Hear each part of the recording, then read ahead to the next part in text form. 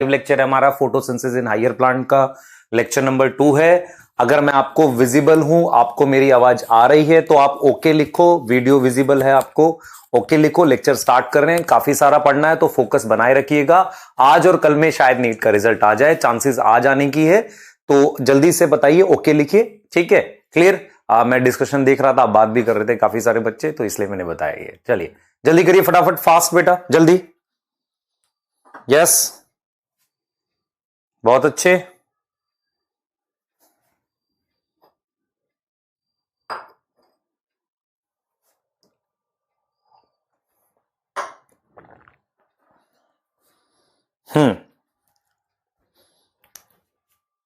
आपको मेरी आवाज आ रही है और सबने ओके लिख दिया। अब हम लेक्चर स्टार्ट करने वाले हैं, ठीक है। बहुत सारे बच्चे जुड़ चुके हैं और लेक्चर को स्टार्ट करेंगे बिना टाइम वेस्ट किए, सारी चीजें बताते हुए, ठीक है।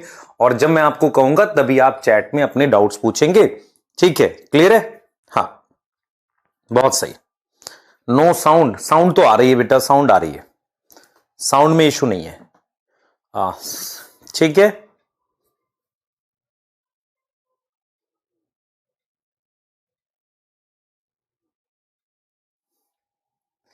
बेटा नीट का रिजल्ट जैसे कैसे फेस करेंगे, आपने अपने पेरेंट्स को सच बताना है कि मैंने इतना एफर्ट किया था, ये आया। क्योंकि जब तक आप सच नहीं बोलोगे, सही से नहीं बताओगे, क्योंकि रिजल्ट कम आना, मार्क्स कम आना इस बात को प्रूफ करता है कि किया गया एफर्ट काफी नहीं था। ये आपको लगता है कि आपने बहुत पढ़ाई की, किया गया एफर्ट काफी नहीं था, इसलिए रिजल्ट वैसा नहीं आया जैसा आप चाह रहे थे। तो अगर एफर्ट बढ़ाएंगे तो रिजल्ट वही आएगा जैसा आप चाहते हैं। इस पॉइंट के साथ अब हम स्टार्ट कर सकते हैं अपनी पढ़ाई।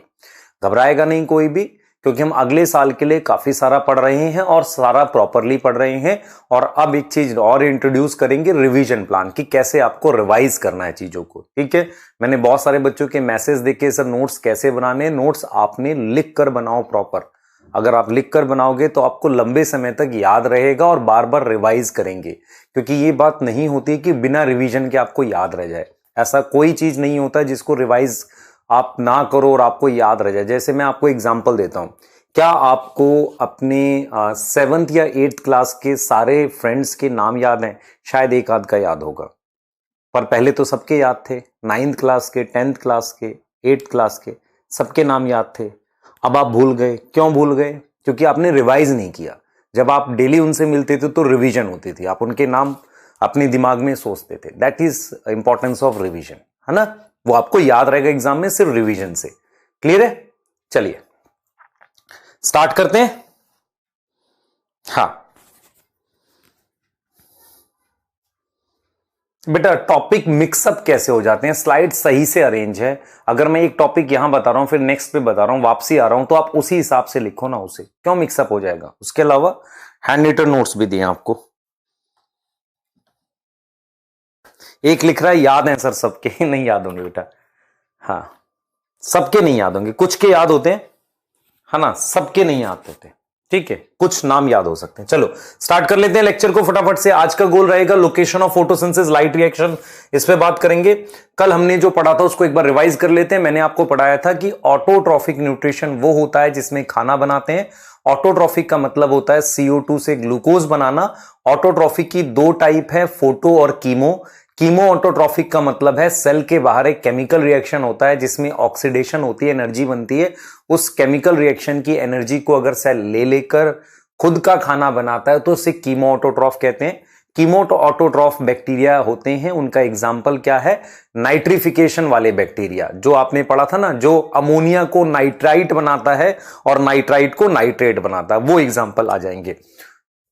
उसके बाद आपको फोटो ऑटोट्रॉफ पढ़ाया था। फोटो का मतलब लाइट, ऑटो का मतलब खाना बनाने वाला। तो फोटो ऑटोट्रॉफ में दो टाइप आ जाएगी, एक आ जाएगी ऑक्सीजनिक और एक एनऑक्सीजनिक।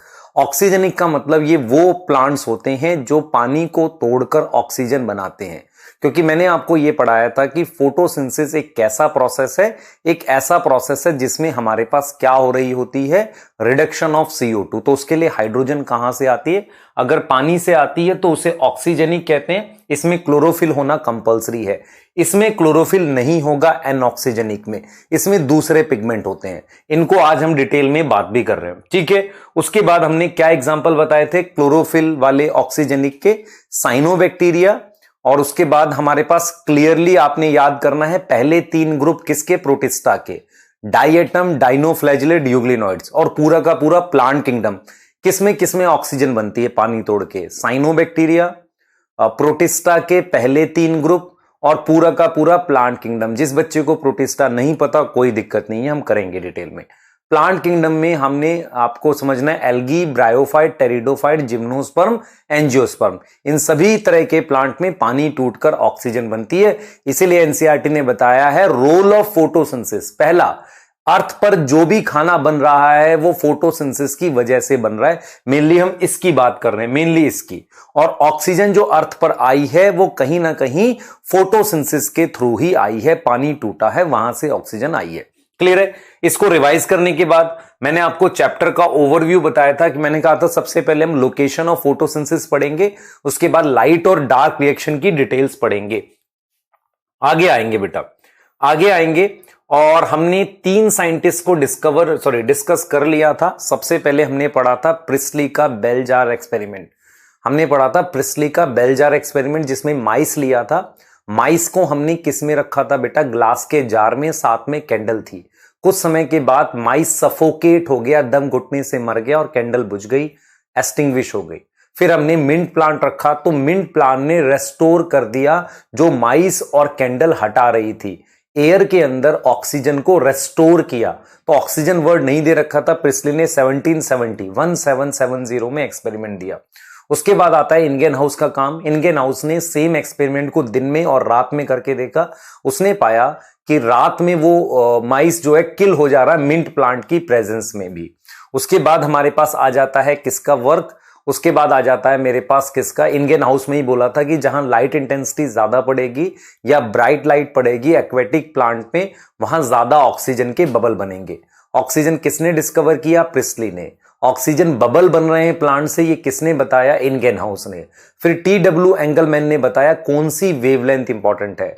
उसने विबग्योर मतलब एक तरीके से प्रिज्म लगाकर व्हाइट लाइट को स्प्लिट किया किसमें, डिफरेंट स्पेक्ट्रम में। स्पेक्ट्रम क्या होता है, रेंज ऑफ वेवलेंथ। और ये देखा कि जहां ब्लू और रेड वेवलेंथ है, अगर वो एल्गी पर गिरता है, एल्गी क्या होती है, फोटोसिंथेटिक, तो ब्लू और रेड वाले रीजन पे ज्यादा फोटोसिंथेसिस होती है। इसका मतलब ब्लू लाइट और रेड लाइट ज्यादा इंपॉर्टेंट है। और एक ग्राफ प्लॉट किया जिसको नाम दिया एक्शन स्पेक्ट्रम। एक ग्राफ प्लॉट किया जिसको क्या नाम दिया, एक्शन स्पेक्ट्रम का नाम दिया। और वो मैंने आपको डिस्कस कर लिया है आपके साथ। एक्शन स्पेक्ट्रम क्या है, एक तरफ आपने ऑक्सीजन रिलीज बनाना है, दूसरी तरफ वेवलेंथ बनाना है। तो ऐसे ग्राफ को हम एक्शन स्पेक्ट्रम कहते हैं। अब 2 लास्ट कंट्रीब्यूशन बताकर हम लोकेशन ऑफ फोटोसिंथेसिस पे मूव करेंगे। यहां तक कोई डाउट है? हाँ, एक डाउट जो बच्चों का था कि सर उसमें कहां से आता है, मतलब हाइड्रोजन कहां से आता है, कीमो ऑटोट्रॉफ में पानी से ही आता होगा या कोई और सोर्स होगा, वो हमारे सिलेबस का पार्ट नहीं है, वो नहीं करना आपने। बस आपने याद रखना है कि ऑक्सीजनिक में पानी से आता है ना। कीमो ऑटोट्रॉफ में हम एज सच नहीं लिखते, वो कहीं और से आ सकता है, क्योंकि हम क्या करेंगे, किसी भी सोर्स से आ सकता है, वो हमें इंपॉर्टेंट नहीं है हमारे लिए। हमें तो सिर्फ ये याद रखना है कि ऑक्सीजनिक वालों में पानी टूटता है, एनऑक्सीजनिक में पानी नहीं टूटता। ये दोनों फोटो ऑटोट्रॉफ है। क्लियर है, दोनों में पिगमेंट होगा। ठीक है, क्लियर, ठीक है बेटा। देखो मैं इस चीज को मैं क्लियरली आपको बोल रहा हूं कि आप प्लीज यहां पर कोई भी बच्चे किसी भी फेस्टिवल या किसी भी डे की स्पेसिफिक बात मत किया करो। रीजन ये है कि हम लोग पढ़ाई कर रहे हैं। मैं एज अ टीचर आपको रिस्पेक्ट करता हूं और आपको ये सारी बातें समझनी चाहिए, क्योंकि हम पढ़ते वक्त अपना फोकस करेंगे सिर्फ पढ़ाई पे। ठीक है, क्लियर है, सही है। चलिए, हाँ वो चीज क्लोरोफिल ए और क्लोरोफिल बी को, ठीक है। हाँ, DPP आज मिलेगी आपको और उसमें क्वेश्चंस होंगे। चलिए आइए, वॉन सैक क्या था? अगर आपको याद हो, वॉन सैक वो साइंटिस्ट थे जिन्होंने क्या दिया था, ऑल्सो गेव हाइड्रोपोनिक्स, है ना, हाइड्रोपोनिक्स। प्लीज चैट में कुछ मत लिखो और यहां पर फोकस करो। मैं देख नहीं रहा हूं इसका मतलब आप बिना बात के लिख रहे हो। हाइड्रोपोनिक्स दिया था। देखो वोनसेक ने क्या बोला। वोनसेक ने बोला कि जब प्लांट ग्रो करता है, पूरी पूरी बात सुनना। वोनसेक ने कहा कि जब प्लांट ग्रो करता है तो ग्रो करने के वक्त, मान लो प्लांट ग्रो किया, तो जब प्लांट ग्रो करता है तो ग्रो करते वक्त ग्लूकोज बनता है जो स्टोर होता है स्टार्च में। तो व्हेन प्लांट ग्रो, जब प्लांट ग्रो करेगा, ग्रो, तो क्या बनेगा? ग्लूकोज फॉर्म होगा। ग्लूकोज फॉर्म होगा which is stored in starch, which is stored in form of starch. जो किसकी फॉर्म में स्टोर होगा? स्टार्च की फॉर्म में स्टोर होगा। ये इन्होंने बोला, ठीक है। इन्होंने कहा कि जब प्लांट ग्रो करेगा तो ग्लूकोज बनेगा और ग्लूकोज किसकी फॉर्म में स्टोर होगा? स्टार्च की फॉर्म में। दूसरा पॉइंट इन्होंने ये बोला बेटा, दूसरा पॉइंट इन्होंने ये बोला कि ग्रीन सब्सटेंस, ग्रीन सब्सटेंस क्या होता है? हम बात कर रहे हैं क्लोरोफिल की। क्लोरोफिल की प्रेजेंट इन ग्रीन बॉडी। एक ग्रीन स्ट्रक्चर होगा, ग्रीन बॉडी होगी जिसका नाम क्या है? क्लोरोप्लास्ट। तो इस तरह की बात किसने करी है? वॉन-सैक ने। तो अगर मैं आपसे कहूं कि वॉन-सैक के एक्सपेरिमेंट में एविडेंस क्या रहा होगा, मतलब कैसे प्रूफ किया होगा? स्टार्च से, आयोडीन से प्रूफ किया होगा। इंगेनहाउस ने ऑक्सीजन बनी थी ना, तो उसने ऑक्सीजन से प्रूफ किया था। याद करो ये चीज मैंने बताई थी कि किसी भी फोटोसिंथेसिस के एक्सपेरिमेंट का एविडेंस क्या होता है? या तो ऑक्सीजन होती है या हमारे पास स्टार्च होता है। क्लियर हो गई बात? आगे चलते हैं, ठीक है। उसके बाद आ जाते हैं बेटा वैन नील ने क्या किया। तो देखो वॉन-सैक ने क्या किया, एनसीईआरटी ने क्लियरली आपको बताया, तो उसको देखते हुए चलेंगे। देखो यहां पर, हाँ बेटा आप कुछ लिख रहे होंगे, मैं देख नहीं रहा हूं, आपको पहले यहां देखना है। 1854 तक वॉन-सैक ने एविडेंस दिया कि प्लांट क्या बनाते हैं? ग्लूकोज बनाते हैं जब ग्रो करते हैं। और ग्लूकोज कैसे स्टोर होता है? स्टार्च की फॉर्म में। उनकी स्टडीज ने बताया कि ग्रीन सब्सटेंस है जिसका नाम क्लोरोफिल है, वो लोकेटेड होता है स्पेशल बॉडी जिसे हम क्या बोलते हैं? Chloroplast, within plant cell. He found that the green part, उनको पता चला कि ग्रीन पार्ट है ना, green part in plant is where glucose is made and glucose को स्टोर करेंगे एज अ स्टार्च। क्लियर है बेटा? ठीक, क्लियर है? कोई लैग नहीं हो रहा? सही आवाज आ रही है मेरी? हाँ, तो ये चीज था बेटा। तो ग्रीन पार्ट का मतलब हम बात कर रहे हैं, ग्रीन पार्ट मतलब लीफ का, स्पेशल बॉडी मतलब chloroplast, special chemical green substance मतलब क्या आ गया हमारे पास? ये चीज। अब आ जाओ वैन नील, फिफ्थ साइंटिस्ट है बेटा। ये क्या है? Fifth scientist. जो भी लोग अभी जुड़े हैं सुन लो ध्यान से, हम लोग क्या पढ़ रहे हैं? साइंटिस्ट पढ़ रहे हैं। 5 साइंटिस्ट हैं, उनके कॉन्ट्रीब्यूशन। हमने प्रिस्ली पढ़ लिया, इंगेनहाउस पढ़ लिया, हमने टी.डब्ल्यू. एंगलमैन पढ़ा, वॉन-सैक पढ़ा। अब सीबी वैन नील का क्या कंट्रीब्यूशन है फोटोसिंथेसिस को लेकर, ये बहुत ध्यान से सुनना है। सीबी वैन नील एक्चुअल में एक माइक्रोबायोलॉजिस्ट थे। तो सबसे पहला पॉइंट तो ये याद रखो, ये एक माइक्रोबायोलॉजिस्ट थे। माइक्रोबायोलॉजिस्ट जो एल्गी, फंजाई और बैक्टीरिया इनकी स्टडी करते हैं। तो ये माइक्रोबायोलॉजिस्ट थे। ये क्या कर रहे थे? स्टडी कर रहे थे photosynthesis, studying bacterial photosynthesis, bacterial photosynthesis पढ़ रहे थे। तो इन्होंने 2-3 चीजें जो ऑब्जर्व करी वो बड़ी इंपॉर्टेंट है। तो जब मैं फोटोसिंथेसिस के स्टेप्स लिखता हूं, आप ध्यान से देखना, अगर मैं फोटोसिंथेसिस के स्टेप्स लिखता हूं तो देखो मैं कैसे लिखता हूं। अब कुछ बच्चे कहेंगे सर आप दूसरी स्लाइड पे चले गए, तो 2 मिनट सुन लो ना पहले, फिर लिखना इसे।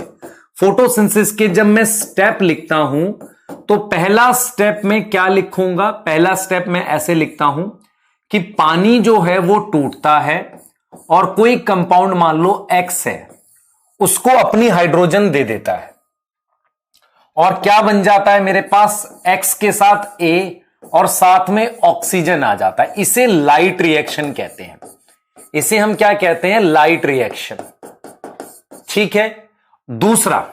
दूसरा स्टेप ये होता है कि CO2 जो है उसको ये X से अपनी हाइड्रोजन दे देता है। मैंने X से लिख दिया, आहा, मुझे क्या लिखना है? चलो X से था, देख लेते हैं। XH था यहां पर, तो XH अपनी हाइड्रोजन दे देता है और यहां पर क्या आ जाता है? ग्लूकोज आ जाता है। और ये मेरे पास A फ्री हो जाता है, सॉरी X फ्री हो जाता है, तो इसे हम क्या कहते हैं? डार्क रिएक्शन कहते हैं। डार्क रिएक्शन का मतलब होता है इसे लाइट की जरूरत नहीं होती। तो फोटोसिंथेसिस के दो स्टेप हैं। पहला स्टेप लाइट रिएक्शन, जहां पानी टूटकर X को अपनी हाइड्रोजन दे देता है। पानी के ब्रेक करने को हम ऑक्सीडेशन ऑफ वाटर कहते हैं। तो यहां पर मैं लिख रहा हूं कि ऑक्सीडेशन या breakdown of water produce oxygen बनाएगा, या हम बोल सकते हैं कि पानी को ऑक्सीडाइज किया किसमें? ऑक्सीजन में। ठीक है, यह समझ में आ रहा है कि पानी टूटने से ऑक्सीजन बन रहा है और यह कंपाउंड बन रहा है। और डार्क रिएक्शन में क्या होता है? CO2 को यह अपनी हाइड्रोजन देता है और उससे ग्लूकोज बनता है। तो वैन नील ने क्या क्या बातें ऑब्जर्व करी, सुनना बहुत ध्यान से। वैन नील जो कि एक माइक्रोबायोलॉजिस्ट थे, बैक्टीरिया के अंदर फोटोसिंथेसिस पढ़ रहे थे, उन्होंने क्या कहा? उन्होंने कहा कि भाई देखो, चाहे मैं बैक्टीरिया के अंदर फोटोसिंथेसिस पढ़ रहा हूं या प्लांट के अंदर, लाइट इंपॉर्टेंट है। तो light is important for photosynthesis, पहला पॉइंट तो उन्होंने ये बोल दिया। दूसरा उन्होंने ये बोला कि मेरे पास हायर प्लांट में पानी डोनर है हाइड्रोजन का, पर बैक्टीरिया में कुछ और केमिकल्स हो सकते हैं। तो लाइट रिएक्शन को उन्होंने ऐसे भी लिखा, H2S प्लस X मेरे पास क्या बन गया बेटा? XH बन गया, और साथ में ये सल्फर बना। तो इसका मतलब ये हुआ, ये किसके अंदर हो रहा है? ये बैक्टीरिया के अंदर हो रहा है। कौन से बैक्टीरिया बेटा? मैं इनको सल्फर बैक्टीरिया कह सकता हूं। क्या बोल सकता हूं? Sulphur bacteria. और ये वाला रिएक्शन लाइट रिएक्शन में किस में हो रहा है? हाइयर प्लांट्स में हो रहा है। तो जो उनकी ऑब्जर्वेशन ये थी कि भाई हाइयर प्लांट्स में पानी जो है, पानी डोनर है हाइड्रोजन का, मतलब हाइड्रोजन बना रहा है, पानी का ऑक्सीडेशन हो रहा है, ये बन रहा है। और बैक्टीरिया में, कुछ बैक्टीरिया में H2S का हो रहा है। तो इसका मतलब यह हुआ, लाइट तो इंपॉर्टेंट है, पर कंपलसरी नहीं है कि हर वक्त पानी जो है वो यूज हो। पानी के अलावा कुछ और भी यूज हो सकता है। तो ऑक्सीडेशन ये हो रहा है। दूसरा क्या होगा? इन हाइयर प्लांट्स क्या है बेटा? H2O is donor of hydrogen, और इन सम बैक्टीरिया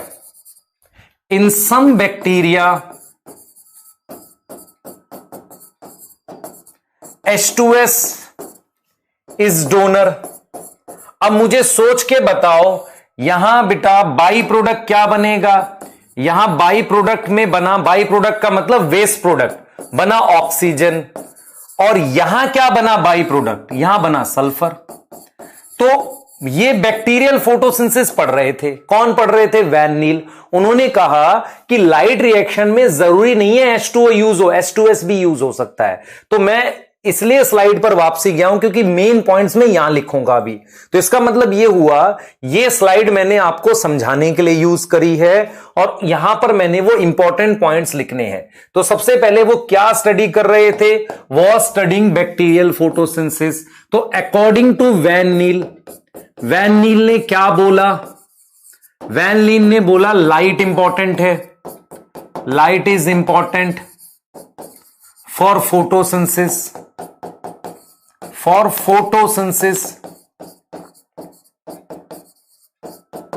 दूसरा उन्होंने बोला कि source of hydrogen is H2O in higher plant and H2S in sulfur bacteria।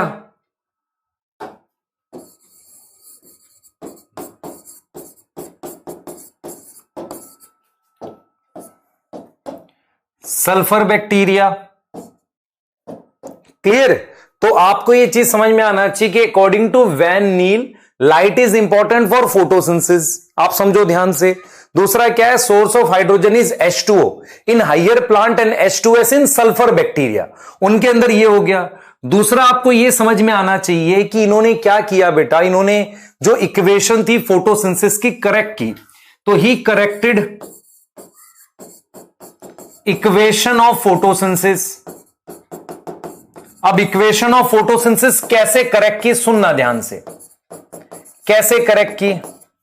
तो जो ओल्ड इक्वेशन है वो ये थी, जो आप पढ़ते आते हो स्टार्टिंग से, C6, देखो जरा, 6CO2 plus 6H2O, C6H12O6 plus 6O2। अब इस रिएक्शन को ठीक करने का क्या मतलब है, देखो मेरी बात समझो ध्यान से।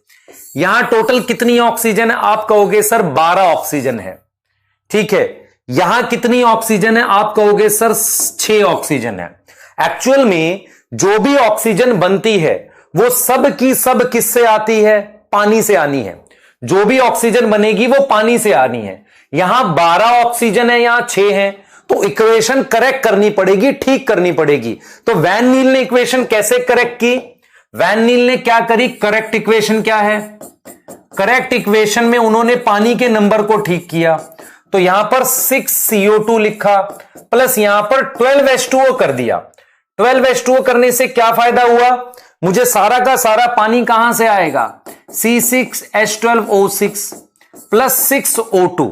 तो यहां पर आपके पास 12 ऑक्सीजन है जो किससे आई हैं, पानी से आई हैं।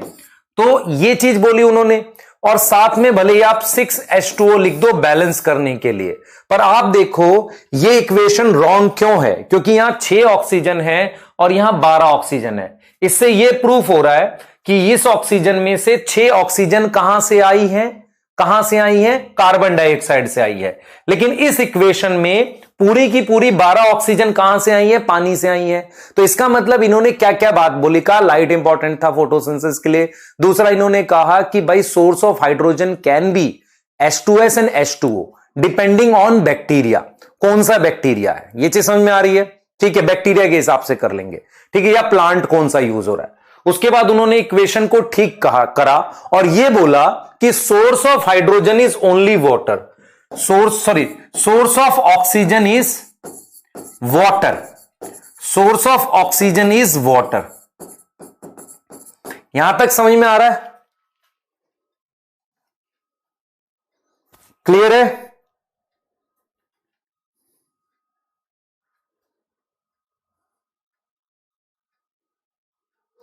कुछ भी लिखे रहते हो बेटा आप, क्यों लिख रहे हो। प्रिंस कुमार क्या रॉन्ग हो गया तेरे लिए,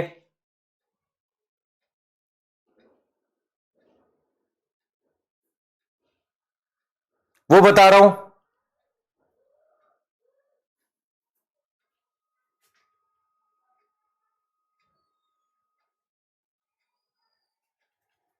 बेटा सोर्स ऑफ हाइड्रोजन पानी है हाइयर प्लांट में और H2S इसमें। दूसरा हम ये कह रहे हैं सोर्स ऑफ ऑक्सीजन, मतलब ये जो ऑक्सीजन बन रही है इसका सोर्स पानी है। दोनों सही है,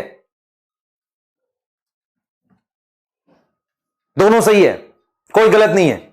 अब देखो ध्यान से, वैन नील ने क्या क्या पॉइंट्स बोले, उसने इक्वेशन करेक्ट करी बेटा। वैन नील ने क्या करी, इक्वेशन करेक्ट करी। अब देखो कैसे किया उन्होंने काम, आप ध्यान से देखना मैं जो बताने जा रहा हूं अब आपको, अगर आपको ये समझ आएगा तो इंपॉर्टेंट है। देखो मैं क्या कह रहा हूं यहां पर, उन्होंने इक्वेशन करेक्ट की, ठीक है। कैसे करेक्ट की, उन्होंने कहा कि जो भी हाइड्रोजन आ रही है, मैं एक बार जरा सल्फर पर्पल बैक्टीरिया भी बताऊंगा। देखो उन्होंने क्या बोला, उन्होंने बोला, देखो जरा इक्वेशन देखो आप, मेरे पास मैं ये लिखता हूं स्टार्टिंग से 6CO2 प्लस 6H2O। अगर इक्वेशन में ये लिख रहा हूं, अगर मैं इक्वेशन ये लिख रहा हूं तो ये रॉन्ग है,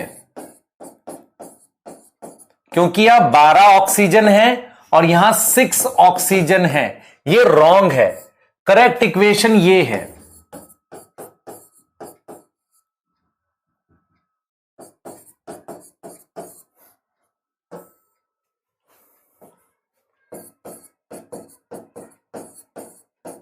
देखो यहां क्या लिखूंगा, 6 की जगह यहां क्या आ जाएगा, 6O2 है ना, तो यहां 6O2 आ जाएगा और 6H2O आ जाएगा। इसका मतलब यह हुआ कि सारी की सारी ऑक्सीजन कहां से आई है, ये सही है, ठीक है। कितनी ऑक्सीजन, तो ये चीज सही हो गई। अब ये करेक्ट इक्वेशन है, this is correct equation. Now this means, इसका मतलब यह हुआ, this means all oxygen produce by water. कौन बना रहा है? वाटर बना रहा है। और इसको प्रूफ भी किया, लेटर प्रूफ बाई एक टेक्निक होती है जिसे रेडियो एक्टिव ट्रेसर टेक्निक बोलते हैं या रेडियो आइसोटोप टेक्निक बोलते हैं। क्या मतलब है? सुन लो ध्यान से। ये टेक्निक क्या होती है? सुनना ध्यान से, मैं क्या बता रहा हूं, ध्यान सुनो। टेक्निक क्या है? मान लो मेरे पास ये पानी लिया हुआ है, मेरा पास ये जो पानी मैंने लिया है, इस पानी में ऑक्सीजन रेडियो एक्टिव है, तो मुझे वो बाहर मिलेगी। आपको समझ में आ रहा है? वो इसका पार्ट नहीं बनेगी ग्लूकोज का। अगर मेरे पास हाइड्रोजन रेडियो एक्टिव है तो वो किसका पार्ट मिलेगी? किसका? ग्लूकोज का। तो for example if we took, question आ सकता है, if we took O18 in H2O, it appear, ये कहां अपीयर होगा? Appear in photosynthesis. ये कहां अपीयर होगा बताओ मुझे। अगर मैं H2O में O18 लेता हूं, रेडियो एक्टिव लेता हूं, नॉर्मल ऑक्सीजन होती है O16, मैं रेडियो एक्टिव लेता हूं, तो ये कहां अपीयर होगा? ऑप्शन देखो, मैंने लिखा सबसे पहले ये लिखा मैंने ग्लूकोज। क्या ग्लूकोज में O18 आएगी? सेकंड मैंने लिखा CO2, मैंने लिखा आपका क्या? पानी, सॉरी ऑक्सीजन। और डी मान लो कुछ भी लिख दो आप, और कुछ लिख दो, ठीक है, NADPH लिख दिया। तो अगर मैं ऐसा ऑक्सीजन लूं जो रेडियो एक्टिव है, O18 है, और वो पानी में है, तो पानी से वो कहां आएगा? इस ऑक्सीजन में आएगा। तो आंसर मेरे पास थर्ड आएगा। और अगर मैं क्या लूं, if we took O18 in CO2 it appear, तो जो ऑक्सीजन CO2 की है, CO2 वाली ऑक्सीजन वो ग्लूकोज में आ रही है, इट अपीयर इन। तो मेरे पास फर्स्ट ऑप्शन मान लो ग्लूकोज है, सेकंड ऑप्शन CO2 है, थर्ड ऑप्शन या CO2 की जगह हम लिख देते हैं पानी, थर्ड ऑप्शन ऑक्सीजन है, फोर्थ ऑप्शन जो है NADPH है। तो आप इसमें क्या मार्क करोगे? कहां आएगा? ग्लूकोज में आएगा, क्योंकि मैंने CO2 में लिया है। क्लियर है ये?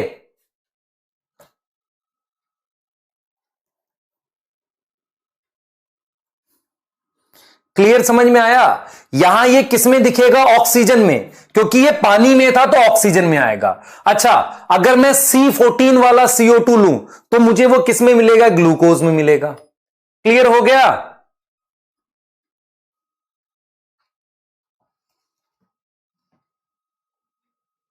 इस टेक्निक को हम क्या बोलते हैं? कैलर। No sir. क्यों नो सर भाई? बिना बात के पहले सुन लो ध्यान से, मैंने क्या पढ़ा है। मैंने आपको यह बताया है कि वैन नील बैक्टीरिया की फोटोसिंथेसिस पढ़ रहे थे, क्योंकि वो माइक्रोबायोलॉजिस्ट है।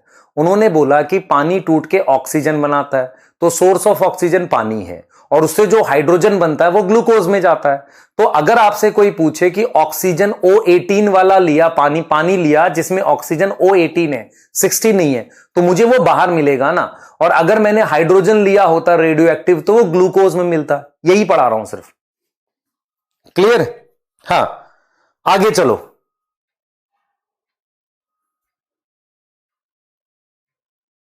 बेटा बैक्टीरिया में एक कह रहा नो साउंड। बेटा नो साउंड का तो कुछ नहीं कर सकते हम ना, आपको कुछ गड़बड़ है आपके वाले सिस्टम में, है ना? ठीक है, तो ये चीज थी। अब मैं आपको थोड़ा सा वो बताने जा रहा हूं बैक्टीरिया में। ध्यान से देखो बेटा, हमने ऑटोट्रॉफिक पढ़ा था, इसमें कोई डाउट नहीं होना चाहिए। हमने ऑटोट्रॉफिक पढ़ा था, यहां डाउट नहीं होना चाहिए आपको। उसमें मैंने कीमो बताया था आपको, कीमो ऑटोट्रॉफिक बताया था। और मैंने यहां पर क्या बताया था? फोटो। फोटो को दो पार्ट में तोड़ा था। इसको मैंने दो पार्ट में तोड़ा था। एक था ऑक्सीजेनिक। ऑक्सीजेनिक किसमें होता है? साइनोबैक्टीरिया सम प्रोटिस्ट और ऑल प्लांट किंगडम।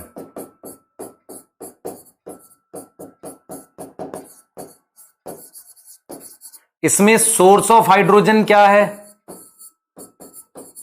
पानी। ऑक्सीजन बाई प्रोडक्ट है।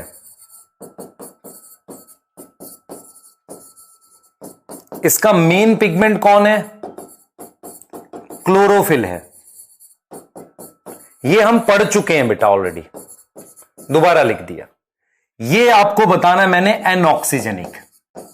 अब ध्यान से सुनना बेटा, एनऑक्सीजेनिक में दो तरह के पिगमेंट होते हैं, दो टाइप के पिगमेंट होते हैं। जो मेन पिगमेंट होते हैं दो तरह के होते हैं। एक होता है पर्पल पिगमेंट, पर्पल, और एक होता है ग्रीन। पर्पल वाले का नाम है, बैक्टीरिया में है तो बैक्टीरियो परप्यूरिन ये नाम है, और जो ग्रीन है उसका नाम बैक्टीरियोफिल है।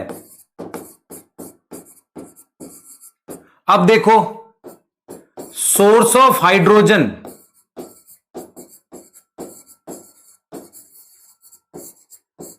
एक तो H2S हो सकता है, और H2S के अलावा कुछ और कंपाउंड, पर पानी नहीं होगा। अदर देन H2S होगा नॉट वाटर, पानी नहीं होगा। तो इस वाले को कह सकते हो सल्फर बैक्टीरिया। ध्यान से देखो बेटा, इस वाले को आप कह सकते हो सल्फर बैक्टीरिया,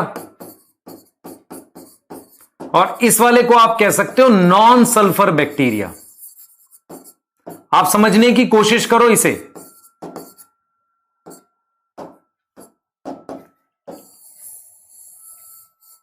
देख लो ध्यान से, हमारे पास दो टाइप के पिगमेंट हो सकते हैं, पर्पल हो सकता है और ग्रीन हो सकता है। पर्पल पिगमेंट का नाम बैक्टीरियो परप्यूरिन है, ग्रीन वाले का नाम बैक्टीरियोफिल है।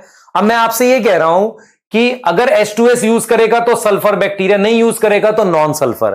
क्या मैं चार तरह के बैक्टीरिया नहीं लिख सकता इनको देखकर? देखो एनऑक्सीजेनिक कौन कौन से होंगे, देखो ग्रीन सल्फर बैक्टीरिया, पहला ये हो गया। तो ग्रीन सल्फर बैक्टीरिया का मतलब क्या है? ऐसा बैक्टीरिया जिसका पिगमेंट बैक्टीरियोफिल है और वो क्या कर रहा है? H2S यूज कर रहा है। दूसरा पर्पल सल्फर बैक्टीरिया।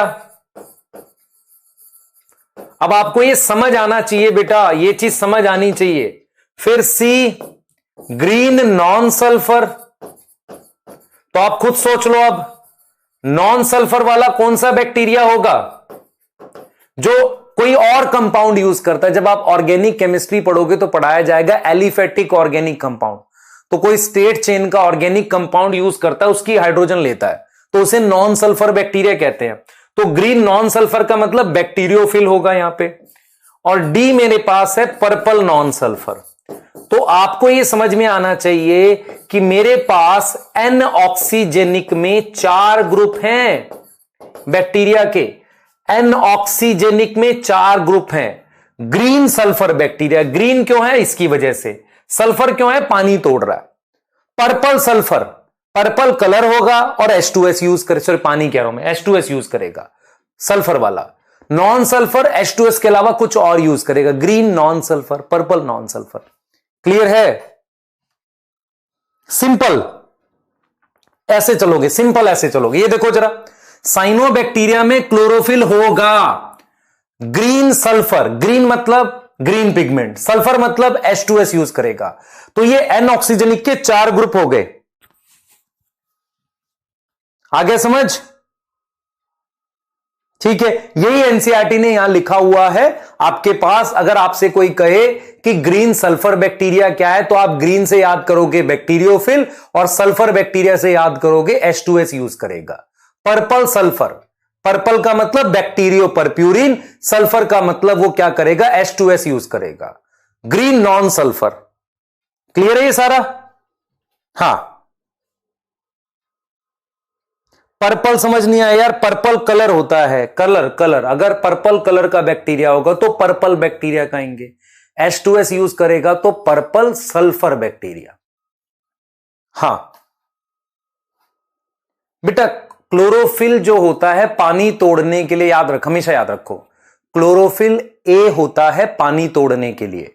तो जो भी ऑर्गेनिज्म पानी तोड़कर ऑक्सीजन बनाते हैं, इनमें उन सब में क्लोरोफिल ए कंपलसरी है। जो पानी नहीं तोड़ते और कोई पिगमेंट है वो ये होते हैं। क्लियर है बेटा? हां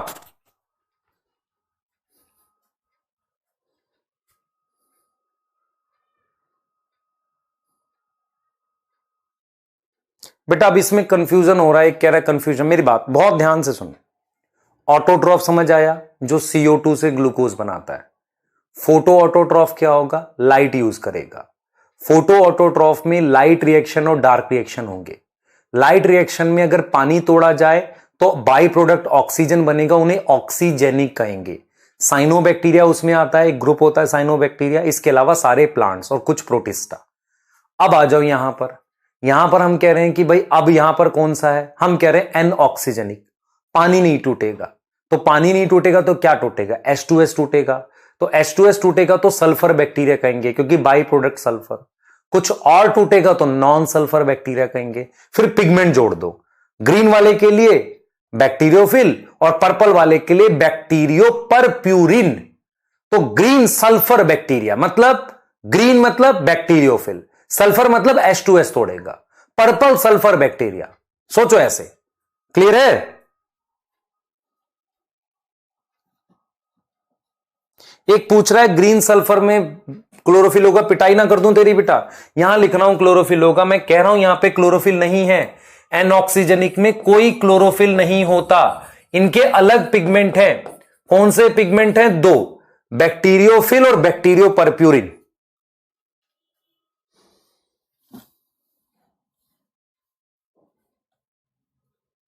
क्लियर है? पढ़ते रहो यार, मैं करा दूंगा, आप क्यों परेशान हो? ये मत बोला करो कि सर सिलेबस की टेंशन। मैं कराऊंगा 100% सारा कराऊंगा, कुछ छूटेगा नहीं। वो मेरी टेंशन है, वो आपकी नहीं है बेटा, है ना। ये मेरी टेंशन है आपको कैसे कराना है, बस आप समझ लो, आपको समझ आना चाहिए।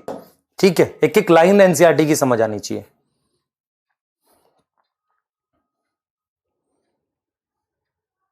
बेटा आप अपना सजेशन इसको लेके मत किया करो, सर टाइम वेस्ट हो रहा है, जल्दी करो, ये सब मत किया करो, है ना। आप पढ़ो, सिर्फ ध्यान से सुनो। आपको लगता है कि आपको समझ आ गया, एनसीईआरटी खोल के पढ़ने लगा करो, है ना। जो चीज पढ़ा रहे बस परेशान मत हुआ करो, है ना।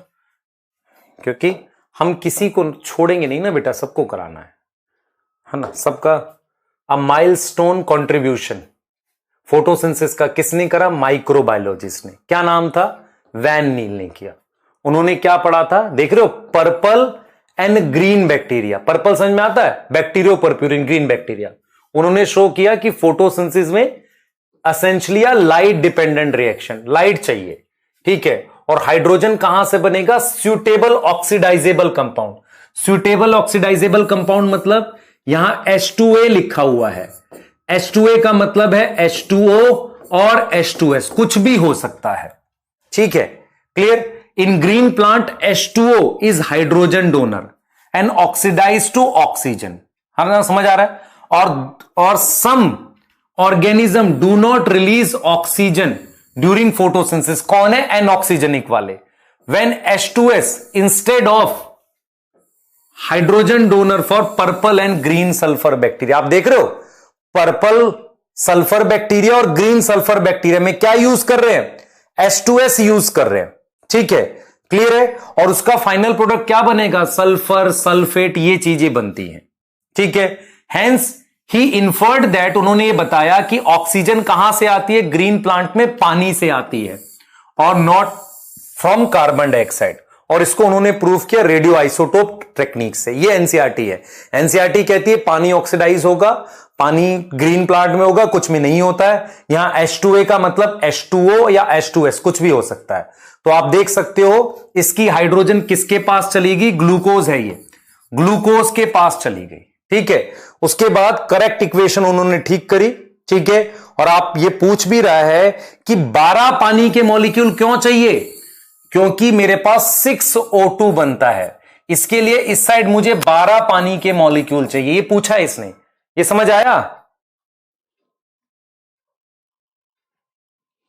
ठीक है, क्लियर? देख लो, आप खुद से देख लो बेटा। लाइट दोनों को चाहिए क्योंकि फोटो ऑटोट्रॉफ है, ऑक्सीजनिक एनऑक्सीजनिक वाले। चले आगे जल्दी से। हाँ, कोई लाइन आपको देखो, इसने पूछा ना 12 मॉलिक्यूल क्यों चाहिए, 12 क्यों चाहिए? देखो, वैन नील का मेन कंट्रीब्यूशन, उसने बोला लाइट डिपेंडेंट प्रोसेस है। दूसरा उसने बोला कि पानी से हाइड्रोजन आ सकता है और सल्फर वाले बैक्टीरिया से पानी के अलावा कहीं और से आएगा, है ना? पानी के अलावा कहीं और से आएगा।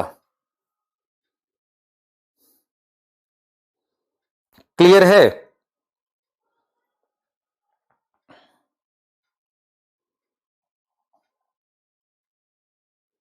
यहां तक आ गया समझ?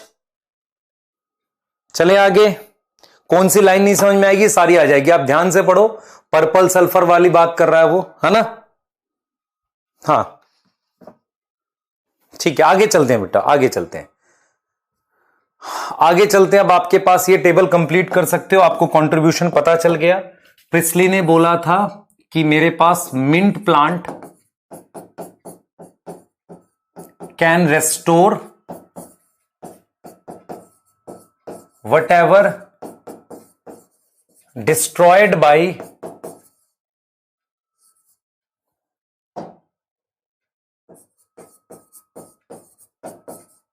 mice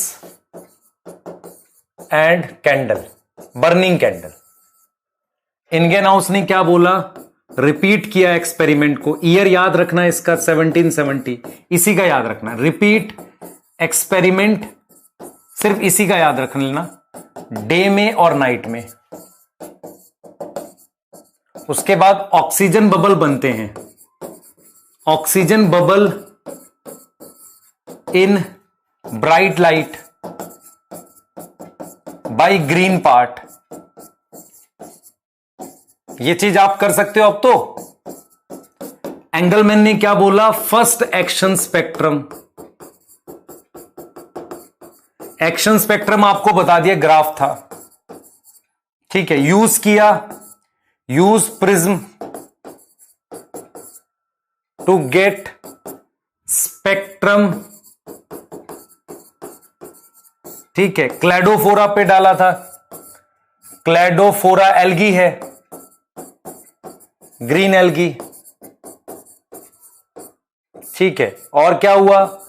एरोबिक बैक्टीरिया इकट्ठे हुए, कहां पर? एक्यूमुलेट हुए। एक्यूमुलेट होता है इकट्ठे होना, ब्लू एंड रेड लाइट। तो इसने लाइट की इंपॉर्टेंस बताई, ठीक है। वॉनसेक ने बोला ग्लूकोज फॉर्म होगा एंड स्टोर होगा किसमें? स्टार्च में। ग्रीन केमिकल की बात करी और ग्रीन स्ट्रक्चर की बात करी। बेटा आपको ये इतना याद रह जाएगा तो आप कर पाओगे, क्वेश्चन 100% कर लोगे। वैन नील ने क्या बताया? लाइट डिपेंडेंट प्रोसेस है, लाइट डिपेंडेंट प्रोसेस है photosynthesis.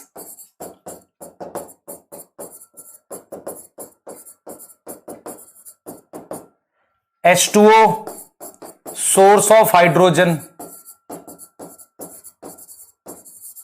in plants, in some bacteria H2S। और करेक्ट किया इक्वेशन को, करेक्ट इक्वेशन। इक्वेशन कैसे लिखे? 12H2O लेकर आए। तो ये इसका कंट्रीब्यूशन है। अब यहां से हम मूव कर रहे हैं लोकेशन ऑफ फोटोसिंथेसिस। यहां तक क्लियर है सबको? एक्सपेरिमेंट वाला पार्ट पढ़ लिया, यहां तक क्लियर है सबको? जल्दी बताओ, जल्दी बताओ बेटा, यहां तक क्लियर है? आगे चलते हैं,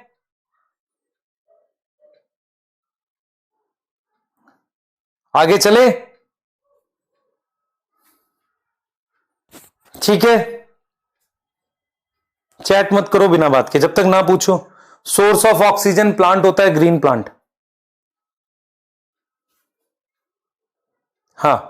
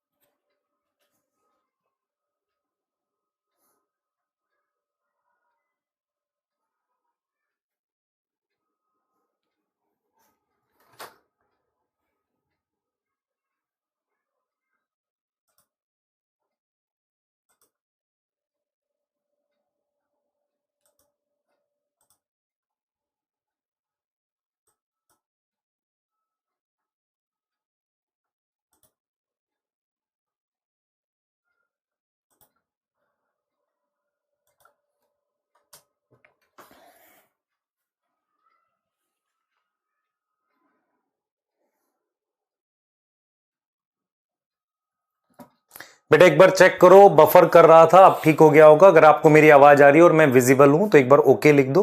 थोड़ा सा बफर हुआ था, लैग हुआ था, अब ठीक होगा।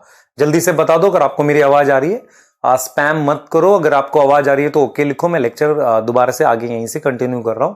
हमने अब लोकेशन ऑफ फोटोसिंथेसिस पढ़नी, यहां तक मैंने आपको बता दिया। ठीक है, जल्दी करो बेटा, जल्दी करो। हाँ, थोड़ा सा बफर हुआ था, अब ठीक होगा मेरे ख्याल से। ठीक है, चलिए स्टार्ट कर लेते हैं फटाफट से। आपने ओके लिख दिया है, आपको थोड़ा सा बफरिंग हुई थी, उसके बाद से हम यहां से कंटिन्यू कर रहे हैं। जल्दी से आप मेरी बात सुनेंगे। अब हम स्टार्ट कर रहे हैं टॉपिक लोकेशन ऑफ फोटोसिंथेसिस। ठीक है, फोटोसिंथेसिस की लोकेशन क्या है उस पर हम लोग बात कर रहे हैं। चलिए स्टार्ट कर लेते हैं। ठीक है, स्टार्ट कर रहे हैं, जल्दी से सुनना मेरी बात। देखो अब मैं आपसे ये पूछा, अब चैप्टर को मूव कर रहे हैं, हमने एक्सपेरिमेंट वाला पार्ट पढ़ लिया। अब चैप्टर को हम मूव कर रहे हैं, और कैसे मूव कर रहे हैं वो सुनो ध्यान से। मैंने आपको एक ओवरव्यू बताया था चैप्टर का। मैंने कहा था कि हमें फोटोसिंथेसिस की सबसे पहले लोकेशन पढ़नी है, फिर लाइट रिएक्शन पढ़ना है, फिर डार्क रिएक्शन पढ़ना है, और फिर फैक्टर अफेक्टिंग फोटोसिंथेसिस पढ़नी है। अब मैं आपसे पूछूं कि मुझे बताओ फोटोसिंथेसिस कहां होती है। आप में से सारे बच्चे या बहुत सारे बच्चे कहेंगे सर प्लांट में होती है। मैं कहूंगा कि बेटा प्लांट में कहां होती है, तो आपका आंसर होना चाहिए ग्रीन पार्ट ऑफ प्लांट। ठीक है, ग्रीन पार्ट ऑफ प्लांट का क्या मतलब है? जैसे अगर मैं आपसे कहूं कि लोकेशन ऑफ फोटोसिंथेसिस कहां है, तो सबसे पहले ग्रीन पार्ट ऑफ प्लांट मेरे पास पहली लोकेशन में लिखूंगा। तो ग्रीन पार्ट ऑफ प्लांट में मेरे पास एक तो लीफ हो सकती है, और एक मेरे पास स्टेम हो सकता है विच इज ग्रीन। रूट तो नॉन ग्रीन होती है ना। लीफ में फोटोसिंथेसिस होगी और स्टेम में हो सकती है जो हरा है। तो आपको क्लियर होना चाहिए कि फोटोसिंथेसिस कहां होती है।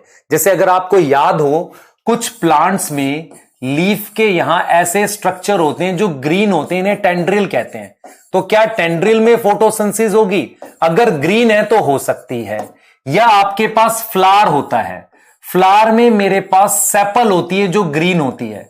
तो क्या सेपल ग्रीन है तो फोटोसिंथेसिस होगी? बिल्कुल हो सकती है। तो याद ये रखना है कि फोटोसिंथेसिस की location green part of plant है। उसमें मेरे पास मेनली यहां होगी, ये मेनली होगी stem which is green. Tendril लिख सकता हूं या मैं सेपल लिख सकता हूं जो कि ग्रीन है। तो ये वो पार्ट है जहां पर फोटोसिंथेसिस होती है। पहला पॉइंट क्लियर हो गया कि फोटोसिंथेसिस कहां होगी? हरे रीजन पे। कौन सा हरा रीजन, ये आपको बता दिया। मेनली लीफ, और उसके बाद अब आ जाओ जरा लीफ के अंदर कहां होगी। ध्यान से सुनना मेरी बात। मैं बात कर रहा हूं लीफ के अंदर होगी, तो लीफ के अंदर कहां होगी? स्टेम के अंदर कहां होगी? ये देखो, ध्यान से देखना बेटा, मेरी बात सुनना ध्यान से। देखो हमारे पास क्या होता है, ध्यान सुनेंगे बेटा। हमारे पास क्या होता है, जैसे लीफ है, ये लीफ बना दी मैंने, ये लीफ बना दी।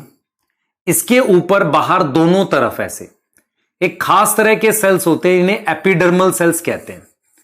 एपिडर्मल सेल नॉन फोटोसिंथेटिक होते हैं। बहुत ध्यान से देखना, एपिडर्मल सेल नॉन फोटोसिंथेटिक होते हैं। यहां बीच में देखो आप कैसे करोगे, ये लीफ ले लो, लीफ को आप ऐसे काटो, और एक ऊपर की लेयर है, एक नीचे की लेयर है। इसमें जो बीच में मेरे पास कुछ सेल्स होते हैं ऐसे, मेरे पास कुछ ऐसे सेल्स होते हैं ऐसे। तो इन्हें हम क्या नाम देते हैं? ये फोटोसिंथेटिक सेल है। तो लीफ के अंदर ध्यान से देखेंगे, इनसाइड लीफ फोटोसिंथेटिक सेल होते हैं। Photosynthetic cell known as mesophyll cell. उन्हें क्या नाम देते हैं? मीजोफिल सेल का नाम देते हैं। तो लीफ के अंदर अगर आपसे कोई पूछे कि लीफ के अंदर कोई स्पेसिफिक टाइप के सेल होते हैं जिनमें फोटोसिंथेसिस होती है, आप कहोगे हां सर, लीफ के अंदर एक मीजोफिल सेल होते हैं। फिल वर्ड का मतलब होता है लीफ। तो लोकेशन ऑफ फोटोसिंथेसिस में ग्रीन पार्ट में स्टेम वगैरह के लिए हम अभी बात करेंगे। लीफ में कौन से सेल होते हैं? Mesophyll cell. और अगर मैं स्टेम को बनाऊं तो स्टेम में मेरे पास ये एपिडर्मिस होती है बेटा, हरी स्टेम की बात कर रहा हूं मैं। तो जो ग्रीन स्टेम है मेरे पास, ग्रीन स्टेम में यहां पर एक खास तरह के सेल्स होते हैं ऐसे, इन्हें हम कहते हैं कॉलेनकाइमा। देखो सबसे बाहर मेरे पास कौन सी सेल है? Epidermal cell.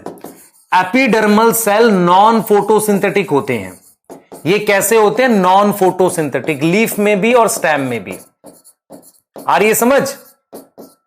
मेरे पास ये वाले सेल कौन से हैं? ये कॉलेनकाइमा है, ये हाइपोडर्मिस होती है, एपिडर्मिस के नीचे होती है लेयर, ये हाइपोडर्मिस होती है।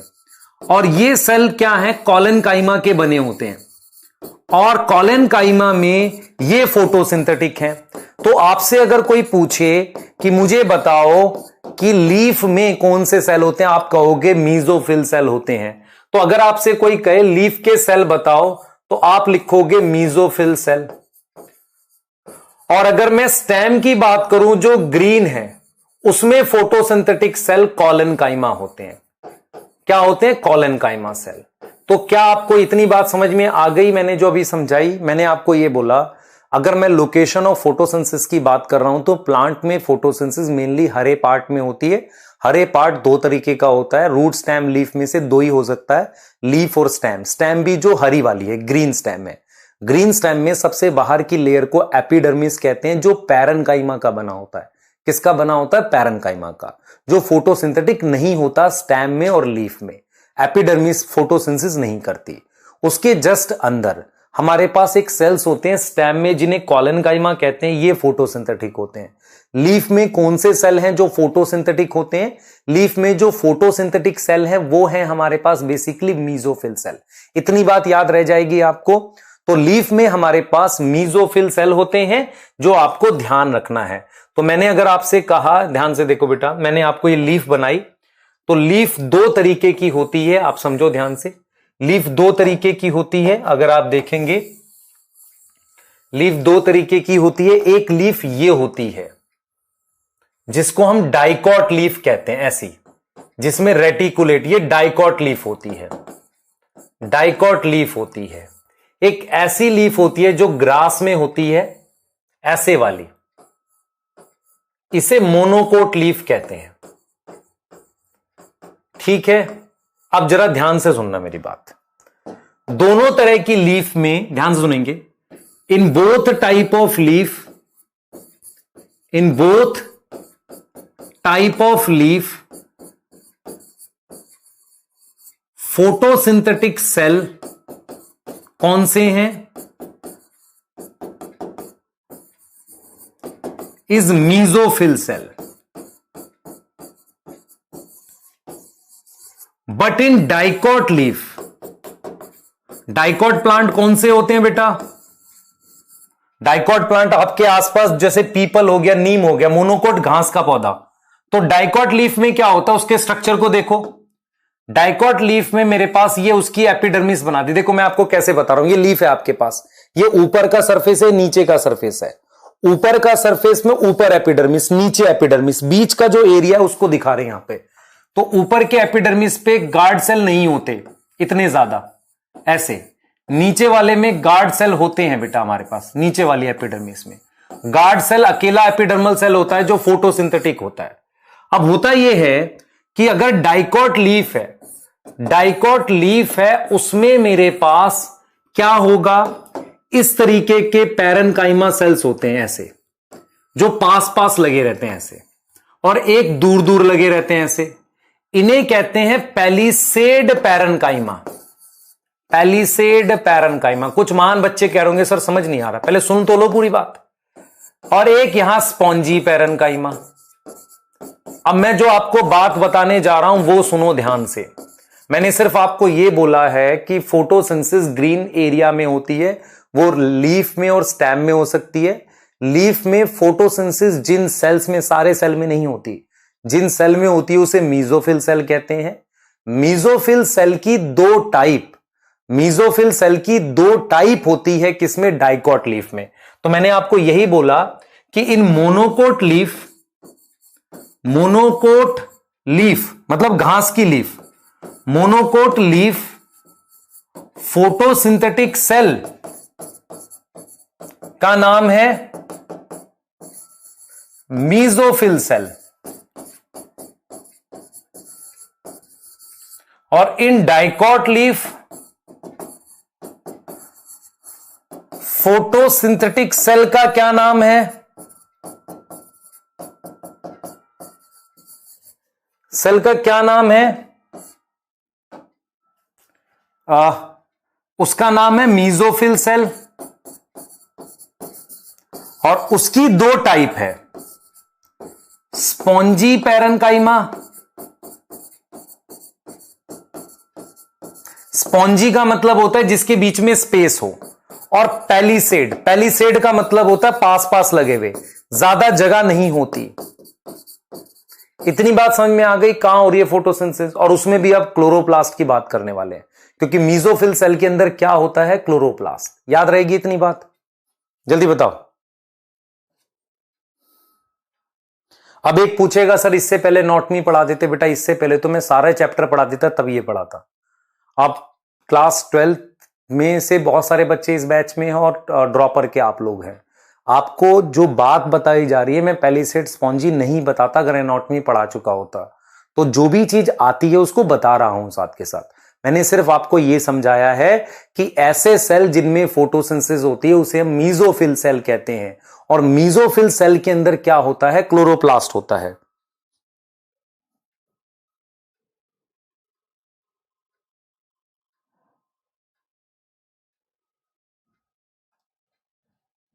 बेटा एपिडर्मिस में, सुन लो ध्यान से, लिख लो इस लाइन को, किसी भी एपिडर्मल सेल में क्लोरोप्लास्ट नहीं होता। किसी भी एपिडर्मिस में मतलब वो फोटोसिंथेटिक नहीं होते, except guard cell. Guard cell अकेला एपिडर्मल सेल है जिसमें क्लोरोप्लास्ट होता है। ठीक है बेटा, मैंने ये बोला कि 3 प्रकार के सेल होते हैं, पैरेन्काइमा, कॉलेनकाइमा, स्क्लेरेन्काइमा। स्टेम में फोटोसिंथेटिक होते हैं कॉलेनकाइमा, लीफ में कौन होते हैं, पैरेन्काइमा। फोटोसिंथेटिक पैरेन्काइमा सेल्स का नाम मीजोफिल सेल है। वो डाइकॉट लीफ में 2 प्रकार के हैं, पैलिसेड और स्पॉन्जी। मोनोकोट लीफ में वो फिर मीजोफिल ही रहते हैं, उनका नाम नहीं बदलते।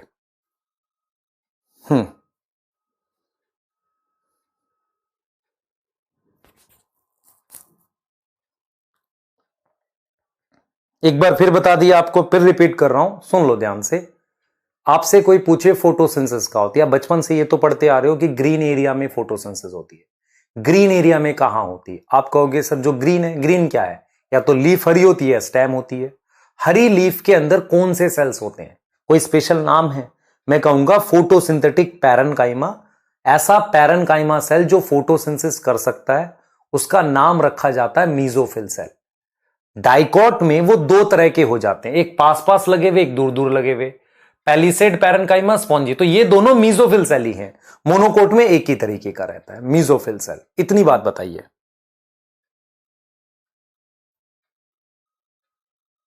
क्लियर है?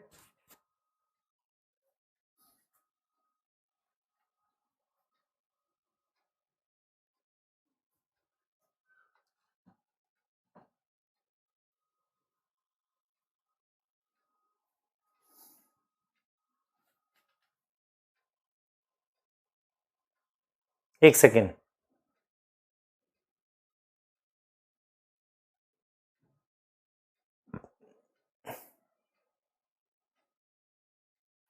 ठीक है, यहां तक चलें आगे?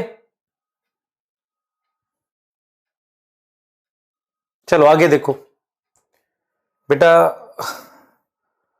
कुछ बच्चे कुछ कुछ लिखते रहते हैं कि सर कुछ अच्छा पढ़ाओ, तो यहां चुटकुले तो नहीं पढ़ा सकता मैं किसी भी हालत में। मैं टॉपिक पढ़ाऊंगा जो तुम्हारी एनसीईआरटी में दे रखा होगा। अब आ जाओ जरा यहां से, मैं ये स्टेटमेंट लिख रहा हूं, सुन लो ध्यान से। In mesophyll cell of, mesophyll का मतलब ये लीफ में ही होता है, cell of leaf have chloroplast. क्या होता है? क्लोरोप्लास्ट होता है। क्लोरोप्लास्ट क्या है? एक ऑर्गेनल है। कितने क्लोरोप्लास्ट होते हैं? एनसीईआरटी ने ये सेल वाले चैप्टर में लिखा है। एक मीजोफिल सेल में मेरे पास 20 से 40 क्लोरोप्लास्ट होते हैं। तो ये मैंने बना दिया, ये एक सेल बनाया है, प्लांट सेल है तो इसकी ऐसी शेप होती है। इसमें मेरे पास ये ग्रीन स्ट्रक्चर है, इन्हें क्लोरोप्लास्ट कह रहा हूं। This is chloroplast. इस वजह से लीफ मुझे ग्रीन दिखती है। This is chloroplast.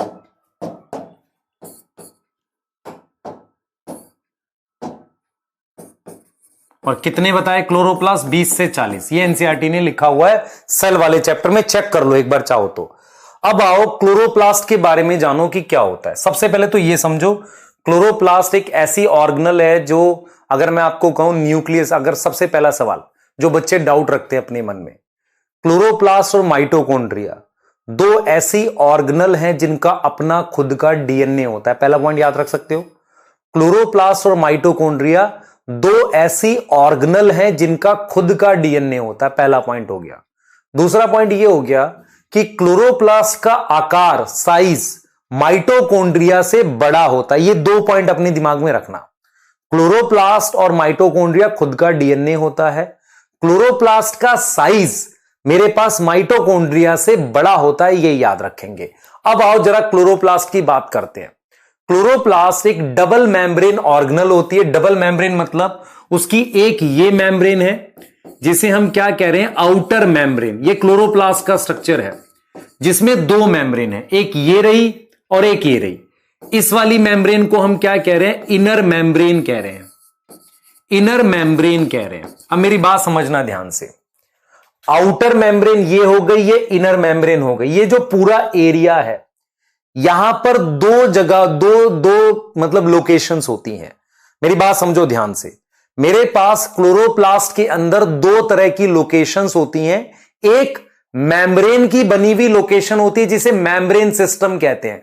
मतलब मैं आपको यह बताना चाह रहा हूं कि क्लोरोप्लास्ट वो लोकेशन है जहां फोटोसिंथेसिस एक्चुअली होती है। अब क्लोरोप्लास्ट में फोटोसिंथेसिस हो रही है, लाइट रिएक्शन, डार्क रिएक्शन हो रहा है, क्या ये कहीं भी होता है? नहीं। इनकी एक फिक्स लोकेशन है जिसे डिवीजन ऑफ लेबर कहते हैं।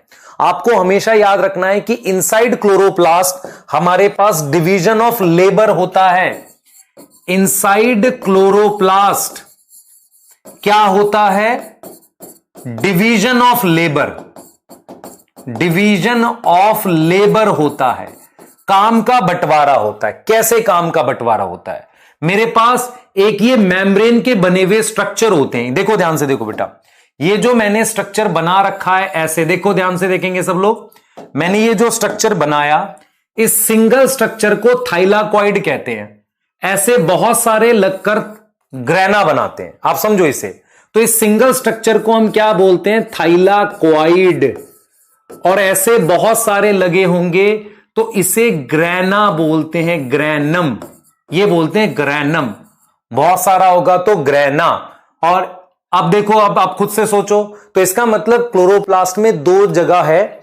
एक ये जिसे आप स्ट्रोमा कह रहे हो, स्ट्रोमा एक तरीके का लिक्विड है, लिक्विड है प्लस एंजाइम वगैरह हैं यहां पर। और दूसरा ये थाइलाकॉइड्स हैं। ये क्या है? थाइलाकॉइड, जिन्हें आप मेम्ब्रेन सिस्टम कह रहे हो, जिसे आप क्या कह रहे हो? मेम्ब्रेन सिस्टम कह रहे हो। तो मैं अगर आपसे पूछूं कि क्लोरोप्लास्ट में जो फोटोसिंथेसिस होती है, क्लोरोप्लास्ट में जो फोटोसिंथेसिस होती है उसमें मेरे पास दो मेन पार्ट काम करते हैं। एक स्ट्रोमा काम करता है, सही है, जिसमें डार्क रिएक्शन होता है। क्या होता है इसमें? इसमें होता है डार्क रिएक्शन। और दूसरा जिसमें थाइलाकॉइड काम करता है। सारे थाइलाकॉइड मिलकर एक मेम्ब्रेन सिस्टम बनाते हैं। दो तरह के थाइलाकॉइड होते हैं। एक ये वाला जो देखो, दिस इज वन थाइलाकॉइड, देख रहे हो, दिस इज वन थाइलाकॉइड। ऐसे खूब सारे थाइलाकॉइड लगकर ग्रेनम बनाते हैं। तो इसलिए इस सिंगल थाइलाकॉइड का नाम कौन सा रखेंगे? ग्रेनल थाइलाकॉइड रखेंगे। और ये जो मेम्ब्रेन है, ये वाला जो थाइलाकॉइड है वो ग्रेना के बीच का है, इंटरग्रेनल थाइलाकॉइड। क्या लिख रहे हैं? इंटरग्रेनल थाइलाकॉइड, या इसको लिखेंगे स्ट्रोमल लैमेली। स्ट्रोमल मतलब स्ट्रोमा में है ना, एक तरीके से इधर भी स्ट्रोमा है और इधर भी स्ट्रोमा है, और लैमेली का मतलब होता है मेम्ब्रेन। तो स्ट्रोमल लैमेली या स्ट्रोमल थाइलाकॉइड ये बोल सकते हो। तो मैं आपको यहां पर यह समझाने की कोशिश कर रहा हूं कि एक बार जरा क्लोरोप्लास्ट के स्ट्रक्चर को समझो। क्लोरोप्लास्ट का जो स्ट्रक्चर है उसमें डिवीजन ऑफ लेबर होती है। तो सबसे पहले क्या होता है बेटा? सबसे पहले मेरे पास स्ट्रोमल होता है, स्ट्रोमा है, जहां पर एंजाइम है किसके लिए, एंजाइम फॉर डार्क रिएक्शन। दूसरा मेरे पास कौन सी जगह होती है बेटा, कौन सी जगह होती है, थाइलाक्वाइड, थाइलाक्वाइड होते हैं ये दो टाइप के, कौन कौन से, ग्रैनल मतलब ग्रैना वाला थाइलाक्वाइड एंड स्ट्रोमल। इन सबको मिलाकर मैं मेम्ब्रेन सिस्टम बोलता हूं, मेम्ब्रेन सिस्टम बोलता हूं। और इस मेम्ब्रेन सिस्टम को मैं इकट्ठा करके, इस मेम्ब्रेन सिस्टम पर क्या होता है, लाइट रिएक्शन होते हैं, क्योंकि यहां पर पिगमेंट लगा होता है। यहां पर आपके पास क्या लगे होंगे, पिगमेंट्स लगे होंगे मेम्ब्रेन पर।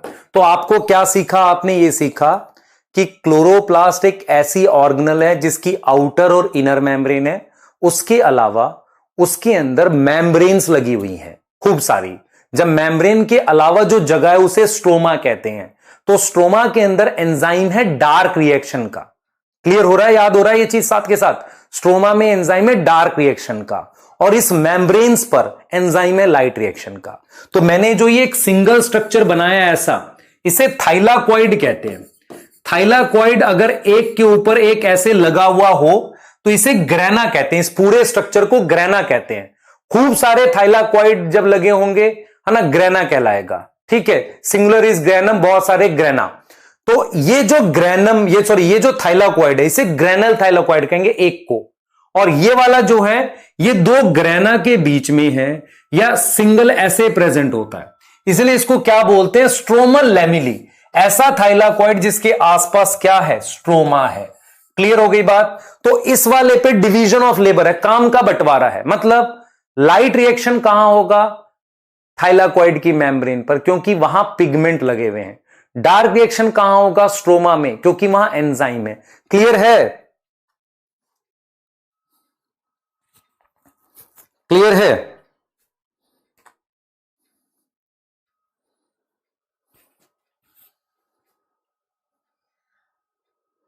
क्लियर,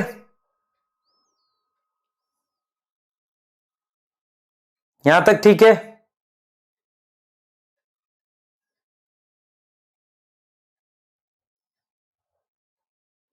क्या आपको ये सारे पॉइंट क्लियर हो गए? तो मैं यहां पर लिख रहा हूं उन पॉइंट्स को।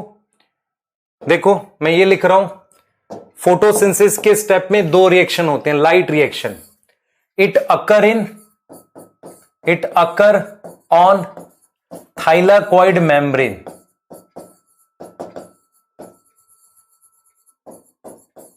क्यों? बिकॉज पिगमेंट वहां प्रेजेंट है, present on thylakoid membrane. Thylakoid membrane पर पिगमेंट प्रेजेंट है। क्लियर? अब इसमें भी क्या रिपीट करूंगा यार, इतना सारा, इतनी बार बार बताया। अब तुमको इसके बाद भी कितनी दिक्कत है बेटा, सोचो इसको रिपीट कैसे करें इसमें, है ना। थाइलाक्वाइड की मेम्ब्रेन पे, थाइलाक्वाइड समझ आना चाहिए, मेम्ब्रेन सिस्टम है ना। थाइलाक्वाइड दो तरह के हैं, दो टाइप के हैं। एक है ग्रैनल, दूसरा है stromal lamellae. Stromal lamellae together form membrane system. तो अगर क्वेश्चन आ जाए आपको कि भाई लाइट रिएक्शन कहां होता है, ग्रैनल थाइलाक्वाइड, स्ट्रोमल लैमिली या मेम्ब्रेन सिस्टम, तो better answer would be membrane system. अगर आपको क्वेश्चन में दे दूं आपको कि location of light reaction is,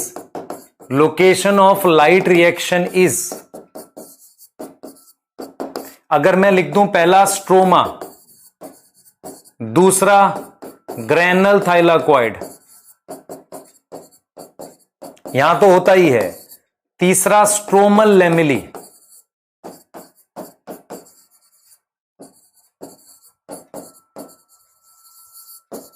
fourth membrane system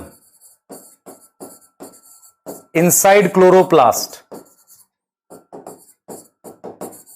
अगर ऐसा नीट में क्वेश्चन आ जाता है तो आप क्या मार्क करोगे, खुद से सोचो। ये मार्क करना चाहिए क्योंकि इसमें दोनों आ गए। डार्क रिएक्शन कहां होगा, अकर इन स्ट्रोमा, क्योंकि वहां पर क्या प्रेजेंट है, एंजाइम फॉर फोटोसिंथेसिस। क्या आपको ये लोकेशन समझ में आ गई, क्लियर हो गया, ये बता दो जल्दी से। ठीक है, फोर्थ आएगा बेटा इसका आंसर, समझ आ रहा है? हां, फोर्थ आएगा इसका आंसर।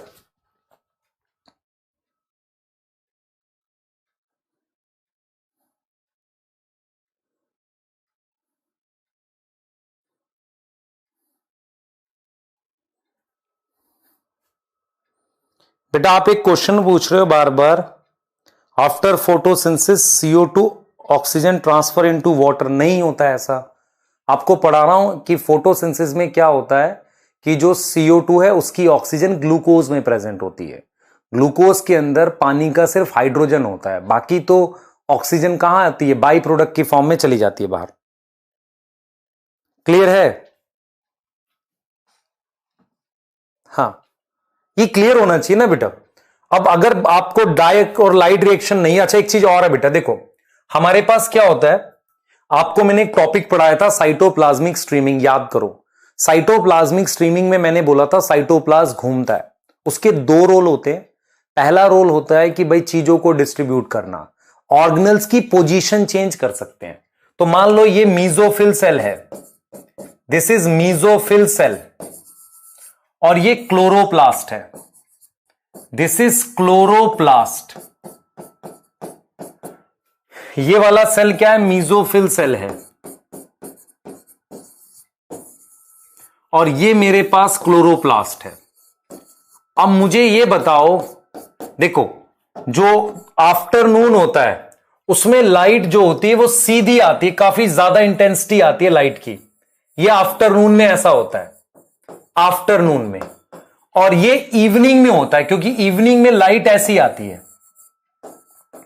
तो एनसीईआरटी इस बात को पूछती है आपसे कि यहां पर अगर आप ध्यान से देखो, इवनिंग में क्या हो रहा है कि क्लोरोप्लास्ट का जो फ्लैट सरफेस है, देखो बेटा इवनिंग में हमारे पास, इवनिंग में ये जो क्लोरोप्लास्ट है इसका ये जो फ्लैट सरफेस है, this is flat surface of chloroplast, ये किसके साथ लगा हुआ है, अलाइन है किसके साथ, align with surface of cell. आप देखो मतलब क्लोरोप्लास्ट खुद को ऐसे लगाता है, क्योंकि कम लाइट आती है इवनिंग में, लाइट पड़नी चाहिए। अगर ये आफ्टरनून में खुद को ऐसे लगा देगा, अभी तो ऐसे है ना, ऐसे लगा देगा, तो आफ्टरनून में क्या है कि जो मेरे पास क्लोरोप्लास्ट है, क्लोरोप्लास्ट इज परपेंडिकुलर, देख रहे हो ऐसा परपेंडिकुलर है, देख रहे हो ये परपेंडिकुलर है इस लाइन के साथ, is not align with surface. ये चीज समझ आ रही है मैं क्या समझाने की कोशिश कर रहा हूं? मैं आपको ये कह रहा हूं कि क्लोरोप्लास्ट अपनी पोजीशन बदलता है। आप ये चीज समझो, याद रखो इस बात को कि क्लोरोप्लास्ट चेंज पोजीशन, क्लोरोप्लास्ट की पोजीशन फिक्स नहीं होती, can change position, change position according to light, according to light intensity. कितनी ज्यादा लाइट आ रही है, दोपहर में आफ्टरनून में लाइट ज्यादा आती है तो ऐसे लगा लेता है कि जले नहीं, लेकिन इवनिंग में जब कम लाइट आती है तो ऐसे लगाता है ताकि लाइट मिल सके। तो लाइट के हिसाब से क्लोरोप्लास्ट अपनी पोजीशन चेंज करता है, और ये एनसीईआरटी लिखती भी है आपको कि इवनिंग में कैसा होगा और आफ्टरनून में कैसा होगा। क्या ये क्लियर है? हां,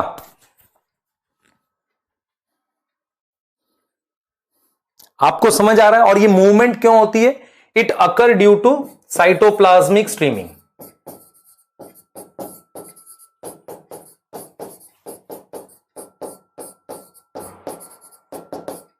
ये हमने लोकेशन ऑफ क्लोरोप्लास्ट का, सॉरी लोकेशन ऑफ फोटोसिंथेसिस ये कर लिया हमने, ठीक है। अच्छा आप देखो एनसीईआरटी क्या कहती है आपसे, क्या आपको ये सारी बातें समझ आ रही है? ये देखो,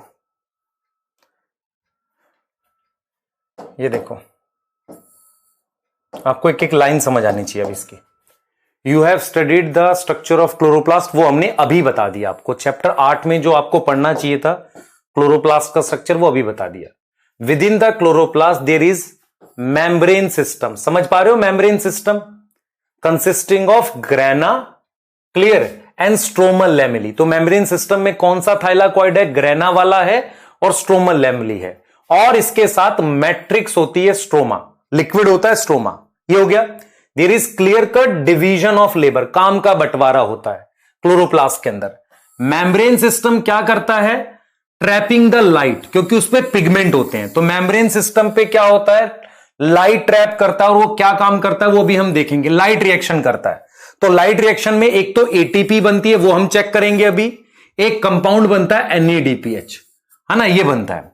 और स्ट्रोमा में क्या होता है? एंजाइमेटिक रिएक्शन होते हैं, किसके लिए? शुगर बनाने के लिए। मतलब फाइनली डार्क रिएक्शन में हम ग्लूकोज बनाते हैं, जो बाद में स्टोर हो जाती है स्टार्च में।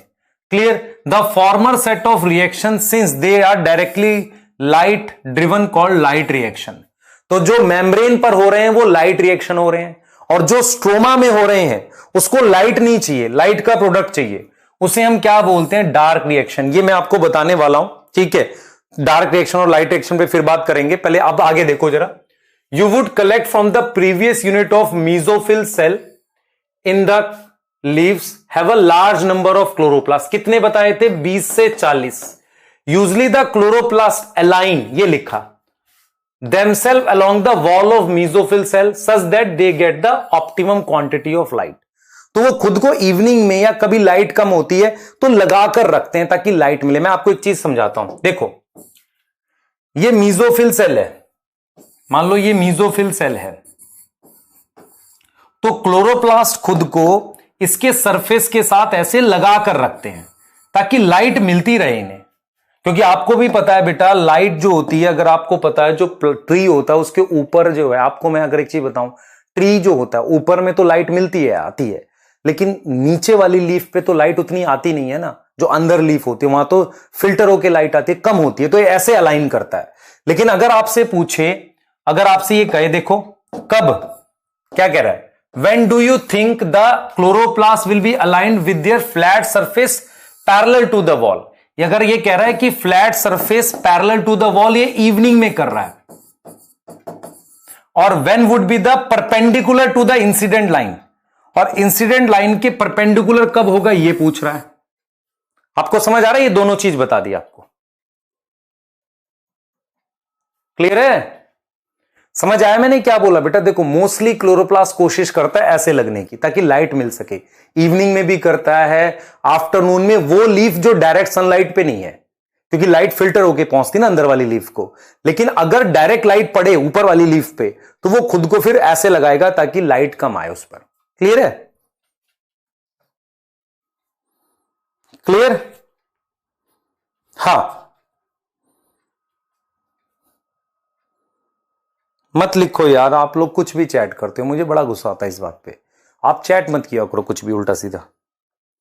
आप रिस्पेक्ट नहीं कर सकते टीचर की, ये गलत बात है ना। मतलब आप चैट करके अपना टाइम वेस्ट कर रहे हो, हमें खराब लगता है। आप चैट मत लिखा करो, ठीक है? किसी को सलाह देने की जरूरत नहीं है कि मत चैट करो, आप खुद भी मत लिखो। क्लियर है? क्योंकि आप लिख रहे हो बेटा, मैं जब तक आपसे ना पूछूं, समझ आया नहीं आया, चैट मत लिखो। अब ये बच्चा लगातार मैसेज कर रहा है, साक्य रत्ना वाहने, sir but 12H2O gives 6O2 and 6H2 by the how does 6H this H2O remain? बेटा वो जो H2O है वो एक्स्ट्रा बैलेंस करने के लिए लिखा है, लेकिन मुझे कैसे करना है वो आपको बता दिया। 12 पानी लोगे तब 6 ऑक्सीजन 6O2 बनेगी, इतना याद रखना। हाँ, हाँ, स्पॉन्जी और पैलिसेड में से पैलिसेड ऊपर होते हैं, तो पैलिसेड में ज्यादा फोटोसिंथेसिस होगी।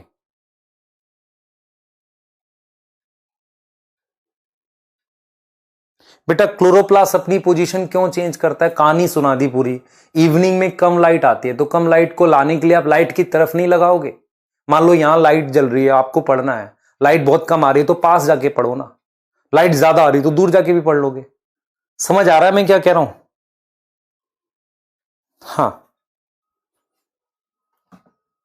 अब आओ, NADPH क्या होता है ये सारा बता रहा हूं। अब आ जाओ जरा, अब हम लाइट रिएक्शन पढ़ रहे हैं। लाइट रिएक्शन, डार्क रिएक्शन क्या होता है, पहले जरा कॉन्सेप्ट पे आते हैं। अब आ जाओ जरा, लाइट रिएक्शन, डार्क रिएक्शन पढ़ेंगे। सबसे पहले हम लोग पढ़ रहे हैं टॉपिक स्टेप्स इन फोटोसिंथेसिस। ध्यान से देखो, हम पढ़ रहे हैं स्टेप्स इन फोटोसिंथेसिस। ध्यान से देखो बेटा, स्टेप्स इन फोटोसिंथेसिस ये पढ़ रहे हैं हम लोग। फोटोसिंथेसिस के स्टेप्स पढ़ रहे हैं। ध्यान से समझना जो मैं बताने जा रहा हूं आपको। सबसे पहला हम लिखते हैं लाइट रिएक्शन। लाइट रिएक्शन क्या होता है समझने की कोशिश करना। जैसा कि इसका नाम बता रहा है लाइट रिएक्शन, लाइट में कुछ रिएक्शन हो रहे हैं। तो देखो क्या होता है, देखो लाइट रिएक्शन क्या होता है। हमारे पास ऐसे लाइट आती है, लाइट को कौन एब्जॉर्ब करता है, पिगमेंट। समझना इस बात को, लाइट को कौन एब्जॉर्ब करता है, पिगमेंट। तो पिगमेंट ने क्या करा, पिगमेंट ने एब्जॉर्ब कर ली लाइट। इतनी बात समझ में पा रहे हो, सही है। लाइट रिएक्शन क्या होता है बेटा, लाइट रिएक्शन वो होता है जो लाइट की प्रेजेंस में हो रहा है। तो जो सनलाइट आई उसकी प्रेजेंस में लाइट किसने एब्जॉर्ब करी, पिगमेंट ने। तो पिगमेंट ने क्या किया बेटा, पिगमेंट ने क्या किया समझना ध्यान से। पिगमेंट क्या करेगा, इलेक्ट्रॉन एक्साइट करता है। आप समझो, पिगमेंट क्या करेगा, पिगमेंट कन्वर्ट करता है, convert light energy into chemical energy. कैसे करेगा, अगर मैं आपसे कहूं, किसी आप में से किसी ने फोटोकेमिकल सेल्स वगैरह पढ़ेंगे, या छोड़ो वो छोड़ो, आप सिंपल सा समझो, ये पिगमेंट है, इस पे लाइट पड़ी, इसके इलेक्ट्रॉन एक्साइट हो गए। तो इसका मतलब लाइट एनर्जी, इलेक्ट्रॉन एक्साइट होने का मतलब केमिकल रिएक्शन हो गया, केमिकल एनर्जी में कन्वर्ट हो गई। तो पिगमेंट क्या करता है, लाइट एनर्जी को कन्वर्ट करता है किसमें, केमिकल एनर्जी में। अब उससे क्या होता है, सुन लो ध्यान से, उससे हम क्या करते हैं, कंपाउंड होता है NADP। NADP एक कंपाउंड है, नाम याद करो पहले सिर्फ इसका, NADP, जिसकी फुल फॉर्म है nicotinamide, nicotinamide dinucleotide phosphate, dinucleotide phosphate ये कंपाउंड है। ये कंपाउंड कन्वर्ट हो जाता है किसमें, NADPH में। किसमें कन्वर्ट हो गया, NADPH में कन्वर्ट हो गया। इसका मतलब यह हुआ कि लाइट रिएक्शन में पिगमेंट ने लाइट एब्जॉर्ब करी और लाइट एनर्जी को कन्वर्ट करा केमिकल एनर्जी से, और मेरे पास NADP से NADPH बन गया। क्या ये रिडक्शन हुई है, ये रिडक्शन हो गई इसकी। और इसको कन्वर्ट करने के लिए मुझे किसकी जरूरत होगी, आप खुद से देखो बेटा, ये देखो किसकी जरूरत होगी। मान लो मैं ऐसे लिखता हूं, NADP लिखता हूं, अगर मैं इसमें H+ और साथ में इलेक्ट्रॉन लिखूंगा तभी मुझे क्या मिलेगा, NADPH मिलेगा। ये तो देख पा रहे हो, ये इसकी कौन सी फॉर्म है, ऑक्सीडाइज फॉर्म है। ये इसकी कौन सी फॉर्म है, रिड्यूस्ड फॉर्म है। और ये फॉर्म लाने के लिए हाइड्रोजन और इलेक्ट्रॉन कहां से आया, पानी से आया। तो मेरे को यह चीज समझानी है आपको कि NADP की फुल फॉर्म है nicotinamide dinucleotide phosphate. Light reaction क्या होता है कि किसी तरीके से पिगमेंट अपना क्या करने का है, पिगमेंट अपनी लाइट एब्जॉर्ब करेंगे। जब पिगमेंट लाइट एब्जॉर्ब करेंगे तो वो इलेक्ट्रॉन एक्साइट कर देंगे। एक्साइटेड इलेक्ट्रॉन जो है एक तरीके से लाइट एनर्जी केमिकल एनर्जी में कन्वर्ट हो गई। उसके साथ साथ क्या करते हैं हम लोग, NADP से NADPH बनाते हैं। NADPH बनाने के लिए मुझे H+ और इलेक्ट्रॉन चाहिए जो पानी से आता है। इसका मतलब यह हुआ, इसके साथ साथ मेरे पास पानी भी टूटेगा। क्या टूटेगा, पानी टूटता है, पानी टूटेगा। जब पानी टूटेगा तो उससे क्या बनेगा, H+ बनेगा, इलेक्ट्रॉन बनेगा और ऑक्सीजन बनेगा। आप देख पा रहे हो। और ये जो ऑक्सीजन बना ये तो बाई प्रोडक्ट हो गया, ये क्या हो गया, बाई प्रोडक्ट हो गया। और इसके साथ ये बन गया और साथ में मेरे पास इस लाइट रिएक्शन में एटीपी बनता है। तो आपने क्या सीखना है, लाइट रिएक्शन पढ़ाने जा रहा हूं। लाइट रिएक्शन में आपको यह समझ में आना चाहिए क्या क्या बनेगा। सबसे पहले मैं एक कंपाउंड बनाऊंगा NADPH। NADPH किससे बनता है? NADP से बनता है। आप सिंपल याद रखो, आपको नहीं पता होना चाहिए कि NADPH और NADP क्या है, सिर्फ नाम पता हो। देखो, this is NADP, this is NADP, सिर्फ इतना याद रखो। यहां पर इसके साथ हाइड्रोजन जुड़ा, मतलब H+ और इलेक्ट्रॉन जुड़ा, ये NADPH हो गया। तो NADP is oxidise form, NADPH is reduced form. तो NADPH बनाने के लिए इलेक्ट्रॉन और H+ कहां से आया? पानी से आया। तो इसका मतलब पानी टूटेगा। तो अगर आपसे कोई पूछे लाइट रिएक्शन में क्या क्या होगा, इन लाइट रिएक्शन क्या क्या हुआ, तो लाइट रिएक्शन में NADPH बना, NADPH बना, ATP फॉर्म हुआ, एनर्जी बनी, ATP बना। तीसरा क्या बना? ऑक्सीजन फॉर्म हुआ। पर ऑक्सीजन क्या है? बाई प्रोडक्ट है। आपको समझ आ रहा है? बाई प्रोडक्ट है। क्लियर है? लाइट रिएक्शन में इसके अलावा और क्या हुआ था? पिगमेंट ने लाइट एब्जॉर्ब करी थी, पिगमेंट एब्जॉर्ब लाइट। मैं इनको क्यों नहीं बोल रहा हूं बाई प्रोडक्ट, इन दोनों को? क्योंकि ये दोनों डार्क रिएक्शन में यूज होंगे, ये फिर कहीं यूज नहीं होता, इसलिए बाई प्रोडक्ट है। तो अगर आपको लाइट रिएक्शन समझना है तो सिंपल ये समझो, लाइट रिएक्शन थाइलाक्वाइड में होता है, उसमें पिगमेंट लगे रहते हैं, पिगमेंट लाइट एब्जॉर्ब करते हैं और पानी को तोड़ते हैं। पानी के टूटने से जो H+ और इलेक्ट्रॉन है वो किसको मिलता है? NADP को। NADP एक कंपाउंड है जिसका नाम है nicotine amide adenine dinucleotide. NADP electron लेकर बना देता है NADPH। क्या बना देगा? NADPH। इलेक्ट्रॉन और क्या लेता है? H+ लेता है। समझ रहे हो ये चीज? NADPH बना देगा। और मेरे पास पानी टूट गया, ऑक्सीजन बना, जो कि बाई प्रोडक्ट है। ये रहा बाई प्रोडक्ट। साथ में क्या है? क्योंकि इलेक्ट्रॉन्स मूव करते हैं, उसमें एनर्जी होती है, उससे हम ATP भी बनाते हैं। तो लाइट रिएक्शन क्या होता है आप समझ लो ध्यान से। लाइट की प्रेजेंस में 3 चीजें बन रही हैं और इलेक्ट्रॉन एक्साइट हो रहे हैं किसके? पिगमेंट के। क्लियर है इतना? क्लियर? पढ़ लो बेटा तुम लोग सीधे से, कोई लैग नहीं हो रहा, सही चल रहा है, कोई लैग नहीं हो रहा। निकोटीन बेटा वो अलग चीज है, निकोटीन वो अलग केमिकल है, इसका टोबैको से कुछ लेना देना नहीं है। निकोटीन एक विटामिन से बनता है जिसका नाम नियासिन होता है। ये एक्चुअल में एक कोएंजाइम कहलाता है। दिस इज वन कोएंजाइम जो विटामिन से बनता है।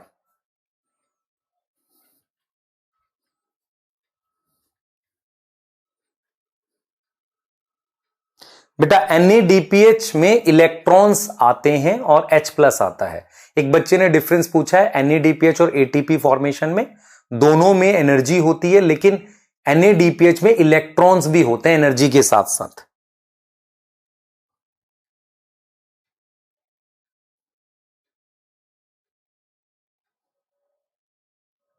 NADP कहां से आया, कौन कहां से आया, नहीं, सिर्फ लाइट रिएक्शन का मतलब समझो।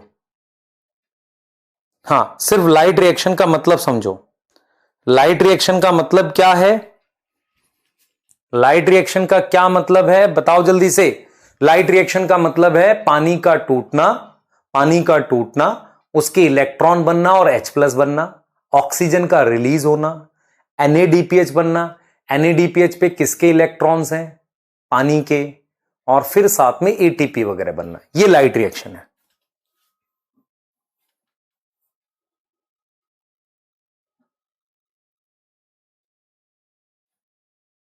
कितनी ATP बनेगी, कितने NADPH बनेंगे, इस पे कोई बात नहीं होगी।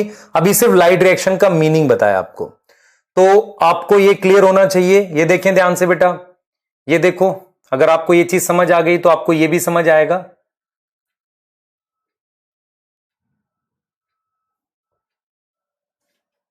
देखो ये समझ आ जाएगा अब आपको।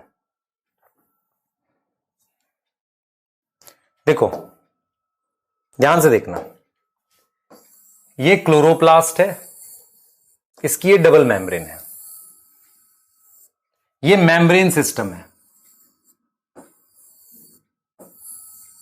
This is thylakoid. ये समझ आ रहा है? थाइलाकॉइड पे कौन सा रिएक्शन हो रहा है? Light reaction. क्यों हो रहा है लाइट रिएक्शन? क्योंकि इस पर क्या लगे हुए हैं? ये पिगमेंट लगे हुए हैं, लाइट रिएक्शन हो रहा है। दिस इज पिगमेंट, ठीक है, पिगमेंट लगे हुए हैं। तो लाइट रिएक्शन में क्या क्या बना है? एक बना है ऑक्सीजन, एक बना है NADPH और एक बना है मेरे पास ATP। तो ऑक्सीजन बाहर चला जाता है, समझ में आ रहा है? अब ये जगह कौन सी है? स्ट्रोमा। स्ट्रोमा में क्या होगा? डार्क रिएक्शन होगा।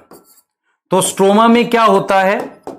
बाहर से CO2 आती है, बाहर से आ रही है बेटा CO2। तो जो CO2 है वो क्या बनाती है? ग्लूकोज बनाती है। और ग्लूकोज किस में कन्वर्ट हो जाता है? स्टार्च में। ये चीज समझ आ रही है? इसके लिए ये यहां यूज होते हैं दोनों, ये दोनों यहां यूज हो जाएंगे। आप समझो इस चीज को।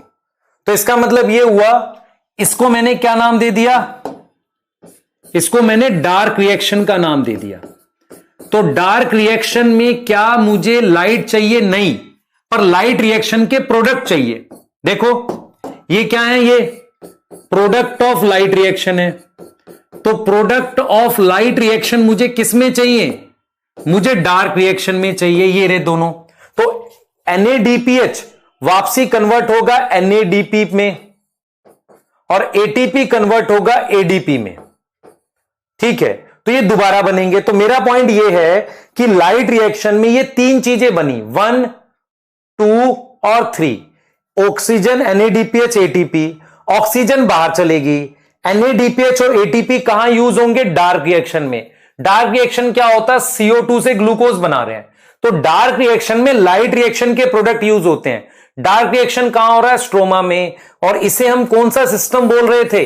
Membrane system. क्या आपको ये क्लियर है? क्लियर है? अब तो बताओ। अब इसका नाम डार्क रिएक्शन क्यों है? Because it not required direct light. But क्या ये रात में हो सकता है? नहीं, क्योंकि इसको लाइट रिएक्शन का प्रोडक्ट चाहिए। तो आपको ये चीज समझ में आना चाहिए कि dark reaction not require direct light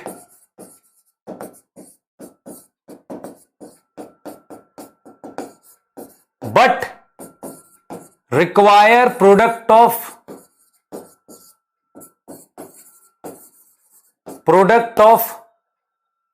light reaction।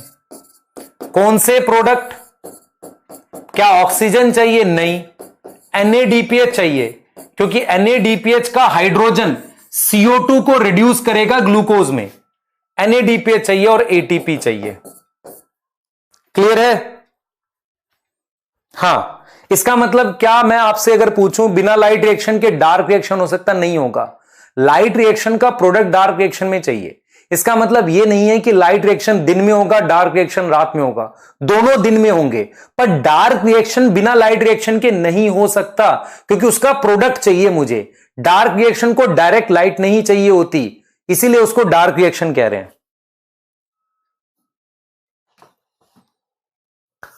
अच्छा, डार्क रिएक्शन में क्या हो रहा है? रिडक्शन हो रही है। किसकी रिडक्शन हो रही है? कार्बन डाइऑक्साइड की रिडक्शन होकर ग्लूकोज बन रहा है। कार्बन डाइऑक्साइड की रिडक्शन होकर ग्लूकोज बन रहा है। रिडक्शन के लिए क्या चाहिए होता है? हाइड्रोजन। हाइड्रोजन कौन लेकर आएगा? NADPH लेकर आएगा। और रिडक्शन एंडोथर्मिक प्रोसेस है। एनर्जी कहां से आएगी? ATP से। इसीलिए लाइट रिएक्शन के प्रोडक्ट यूज होते हैं डार्क रिएक्शन में। क्लियर है बेटा? बेटा जो लिख देते हो ना तुम, ये कुछ समझ नहीं आया, बहुत मुश्किल है इस साल, आप समझना इस बात को। ये 10th के जैसा पढ़ा रहा हूं मैं इसे अभी तो। हां, क्लोरोप्लास्ट का स्ट्रक्चर क्लियर होना चाहिए, मेम्ब्रेन सिस्टम क्लियर होना चाहिए। स्ट्रोमा में डार्क रिएक्शन हो रहा है जिसमें CO2 की रिडक्शन से ग्लूकोज बन रहा है। अगर आप आज पहली क्लास और पहली क्लास में अटेंड करते ही लिखोगे तो पुरानी क्लास क्यों नहीं किया आपने अटेंड? ये आपकी भी तो प्रॉब्लम है यहां पर।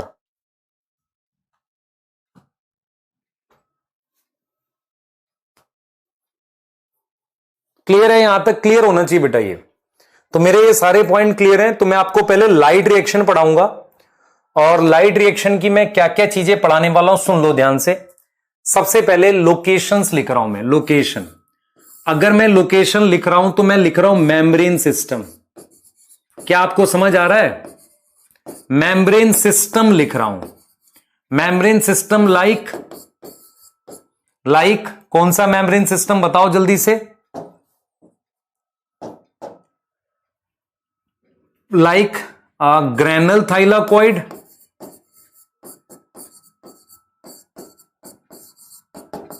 और स्ट्रोमल लैमिली।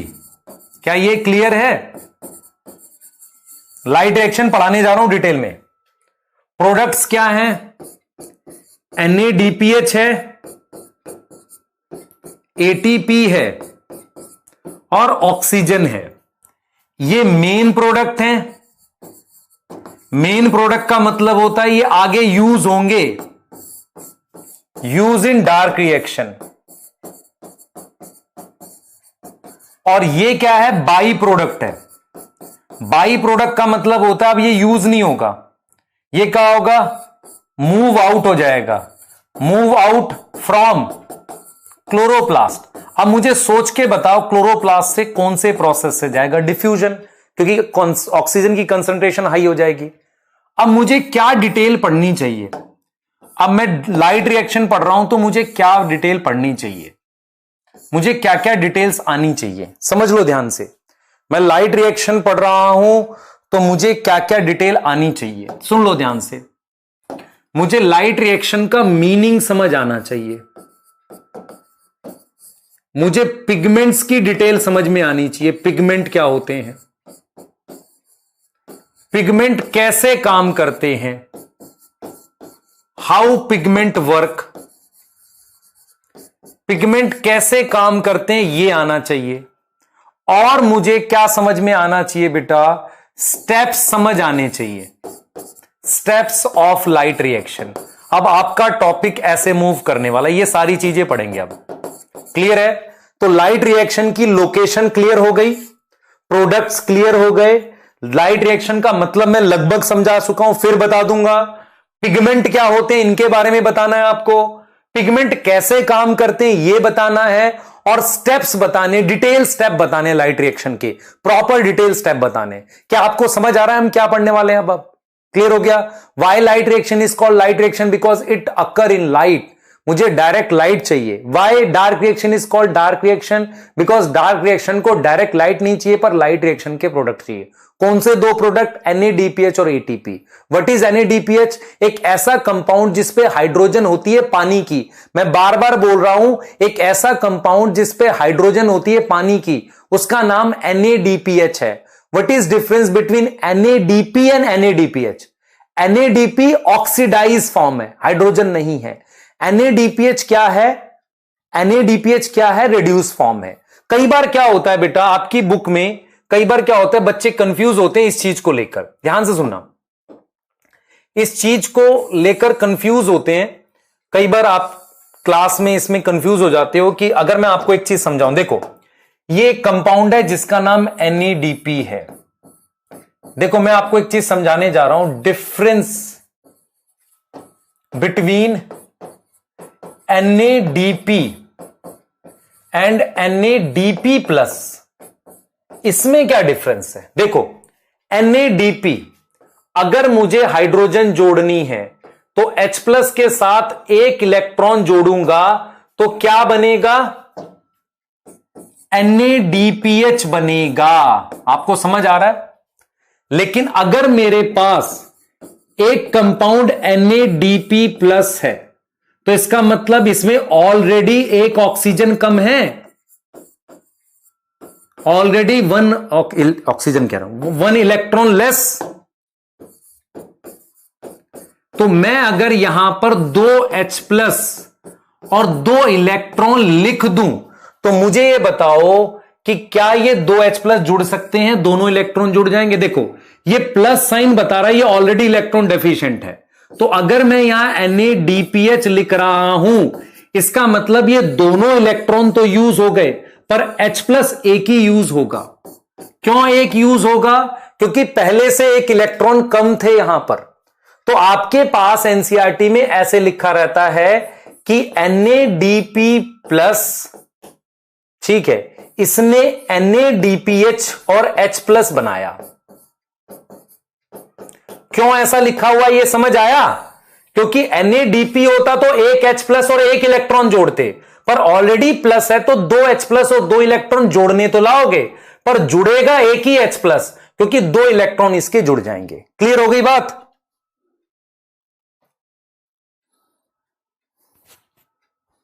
ठीक है,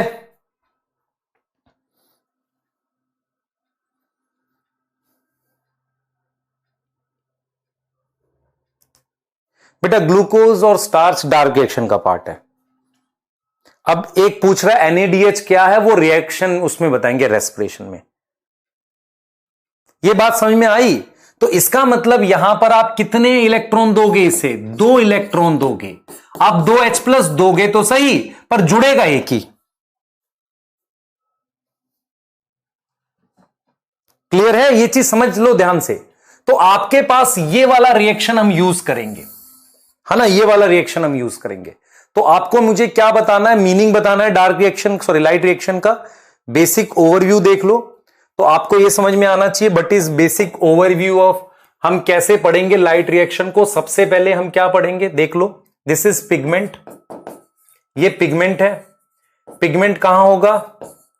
ऑन थाइलाकॉइड, इसलिए लाइट रिएक्शन थाइलाकॉइड पर हो रहा है, थाइलाकॉइड की मेम्ब्रेन पर।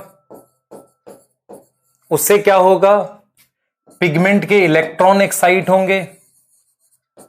पिगमेंट के क्या होंगे? Electron excite. मैं पढ़ा क्या रहा हूं? मैं बेसिक ओवरव्यू बता रहा हूं लाइट रिएक्शन का। उसके बाद क्या होगा? NADP प्लस से क्या बनेगा? NADPH बनेगा। और क्या होगा लाइट रिएक्शन में?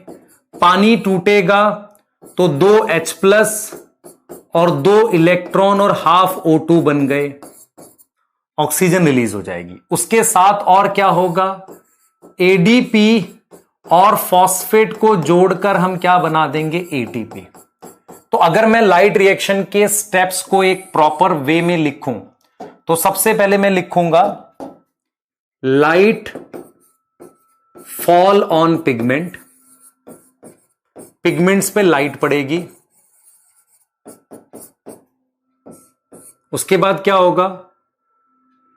पिगमेंट के इलेक्ट्रॉन एक्साइट हो जाएंगे। उसके बाद क्या होगा?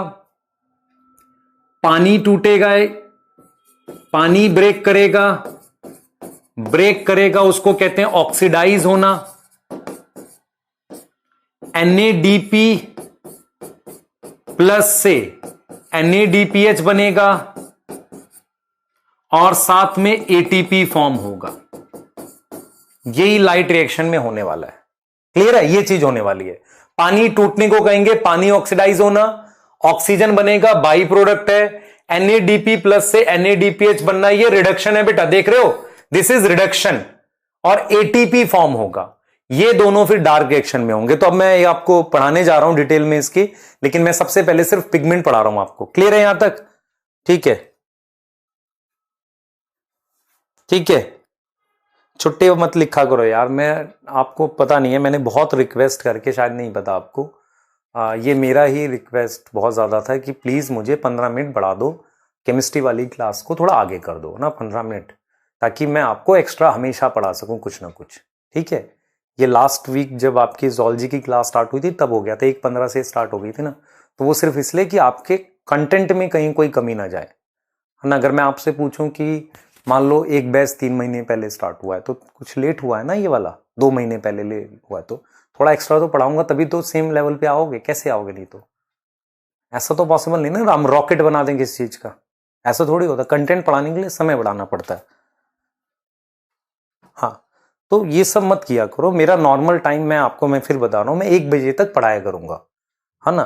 12:55 1 बजे तक, तो उससे पहले मत बोला करो, मुझे खराब लगता है, मैं आपको बता देता हूं पहले से ही, आप इस चीज को हमेशा याद रखना मेरी तरफ से, ठीक है, क्लियर है। तो ये चीज ध्यान रखा करो, 11 बजे से लेके हम आपको 1 बजे तक पढ़ाएंगे बायो, ठीक है। मेरा बहुत मन करता है पढ़ाने का आपको, इसलिए पढ़ाएंगे, है ना, ऐसा नहीं, आपकी जरूरत भी है, क्योंकि आपका बैच लेट था ना 1-2 महीने, तो जो भी चीजें लेट थी उसको कैसे कवर करोगे, एक्स्ट्रा पढ़ा के ना, जैसे आपसे कहूं बैकलॉग है, कैसे कवर करोगे, एक्स्ट्रा पढ़ के, यही तरीका है ना, क्लियर।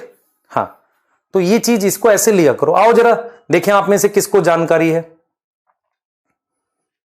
देखो। हाँ भाई चलो, सबसे पहले आपसे अगर पूछा जाए पिगमेंट क्या होता है, मुझे कौन बताएगा, व्हाट इज पिगमेंट।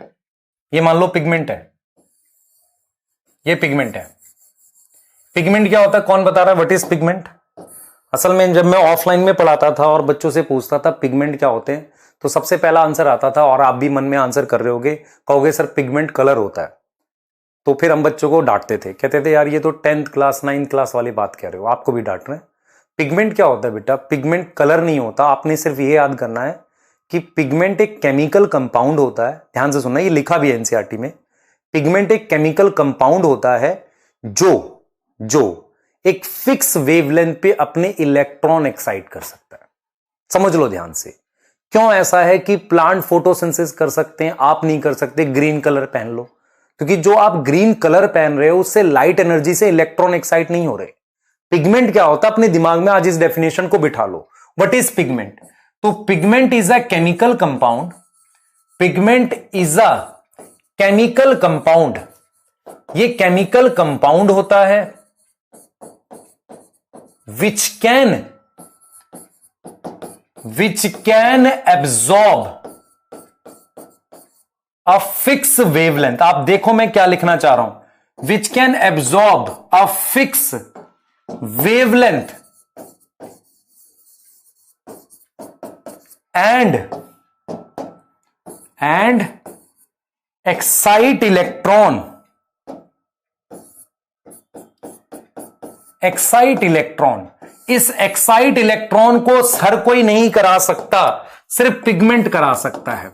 जैसे मान लो ये एक पिगमेंट है, इस पर वेवलेंथ आ रही है, काफी सारी वेवलेंथ आ रही है, तो इसने क्या किया, 500 नैनोमीटर की जब वेवलेंथ इसे मिली तो इसने अपना इलेक्ट्रॉन एक्साइट कर दिया।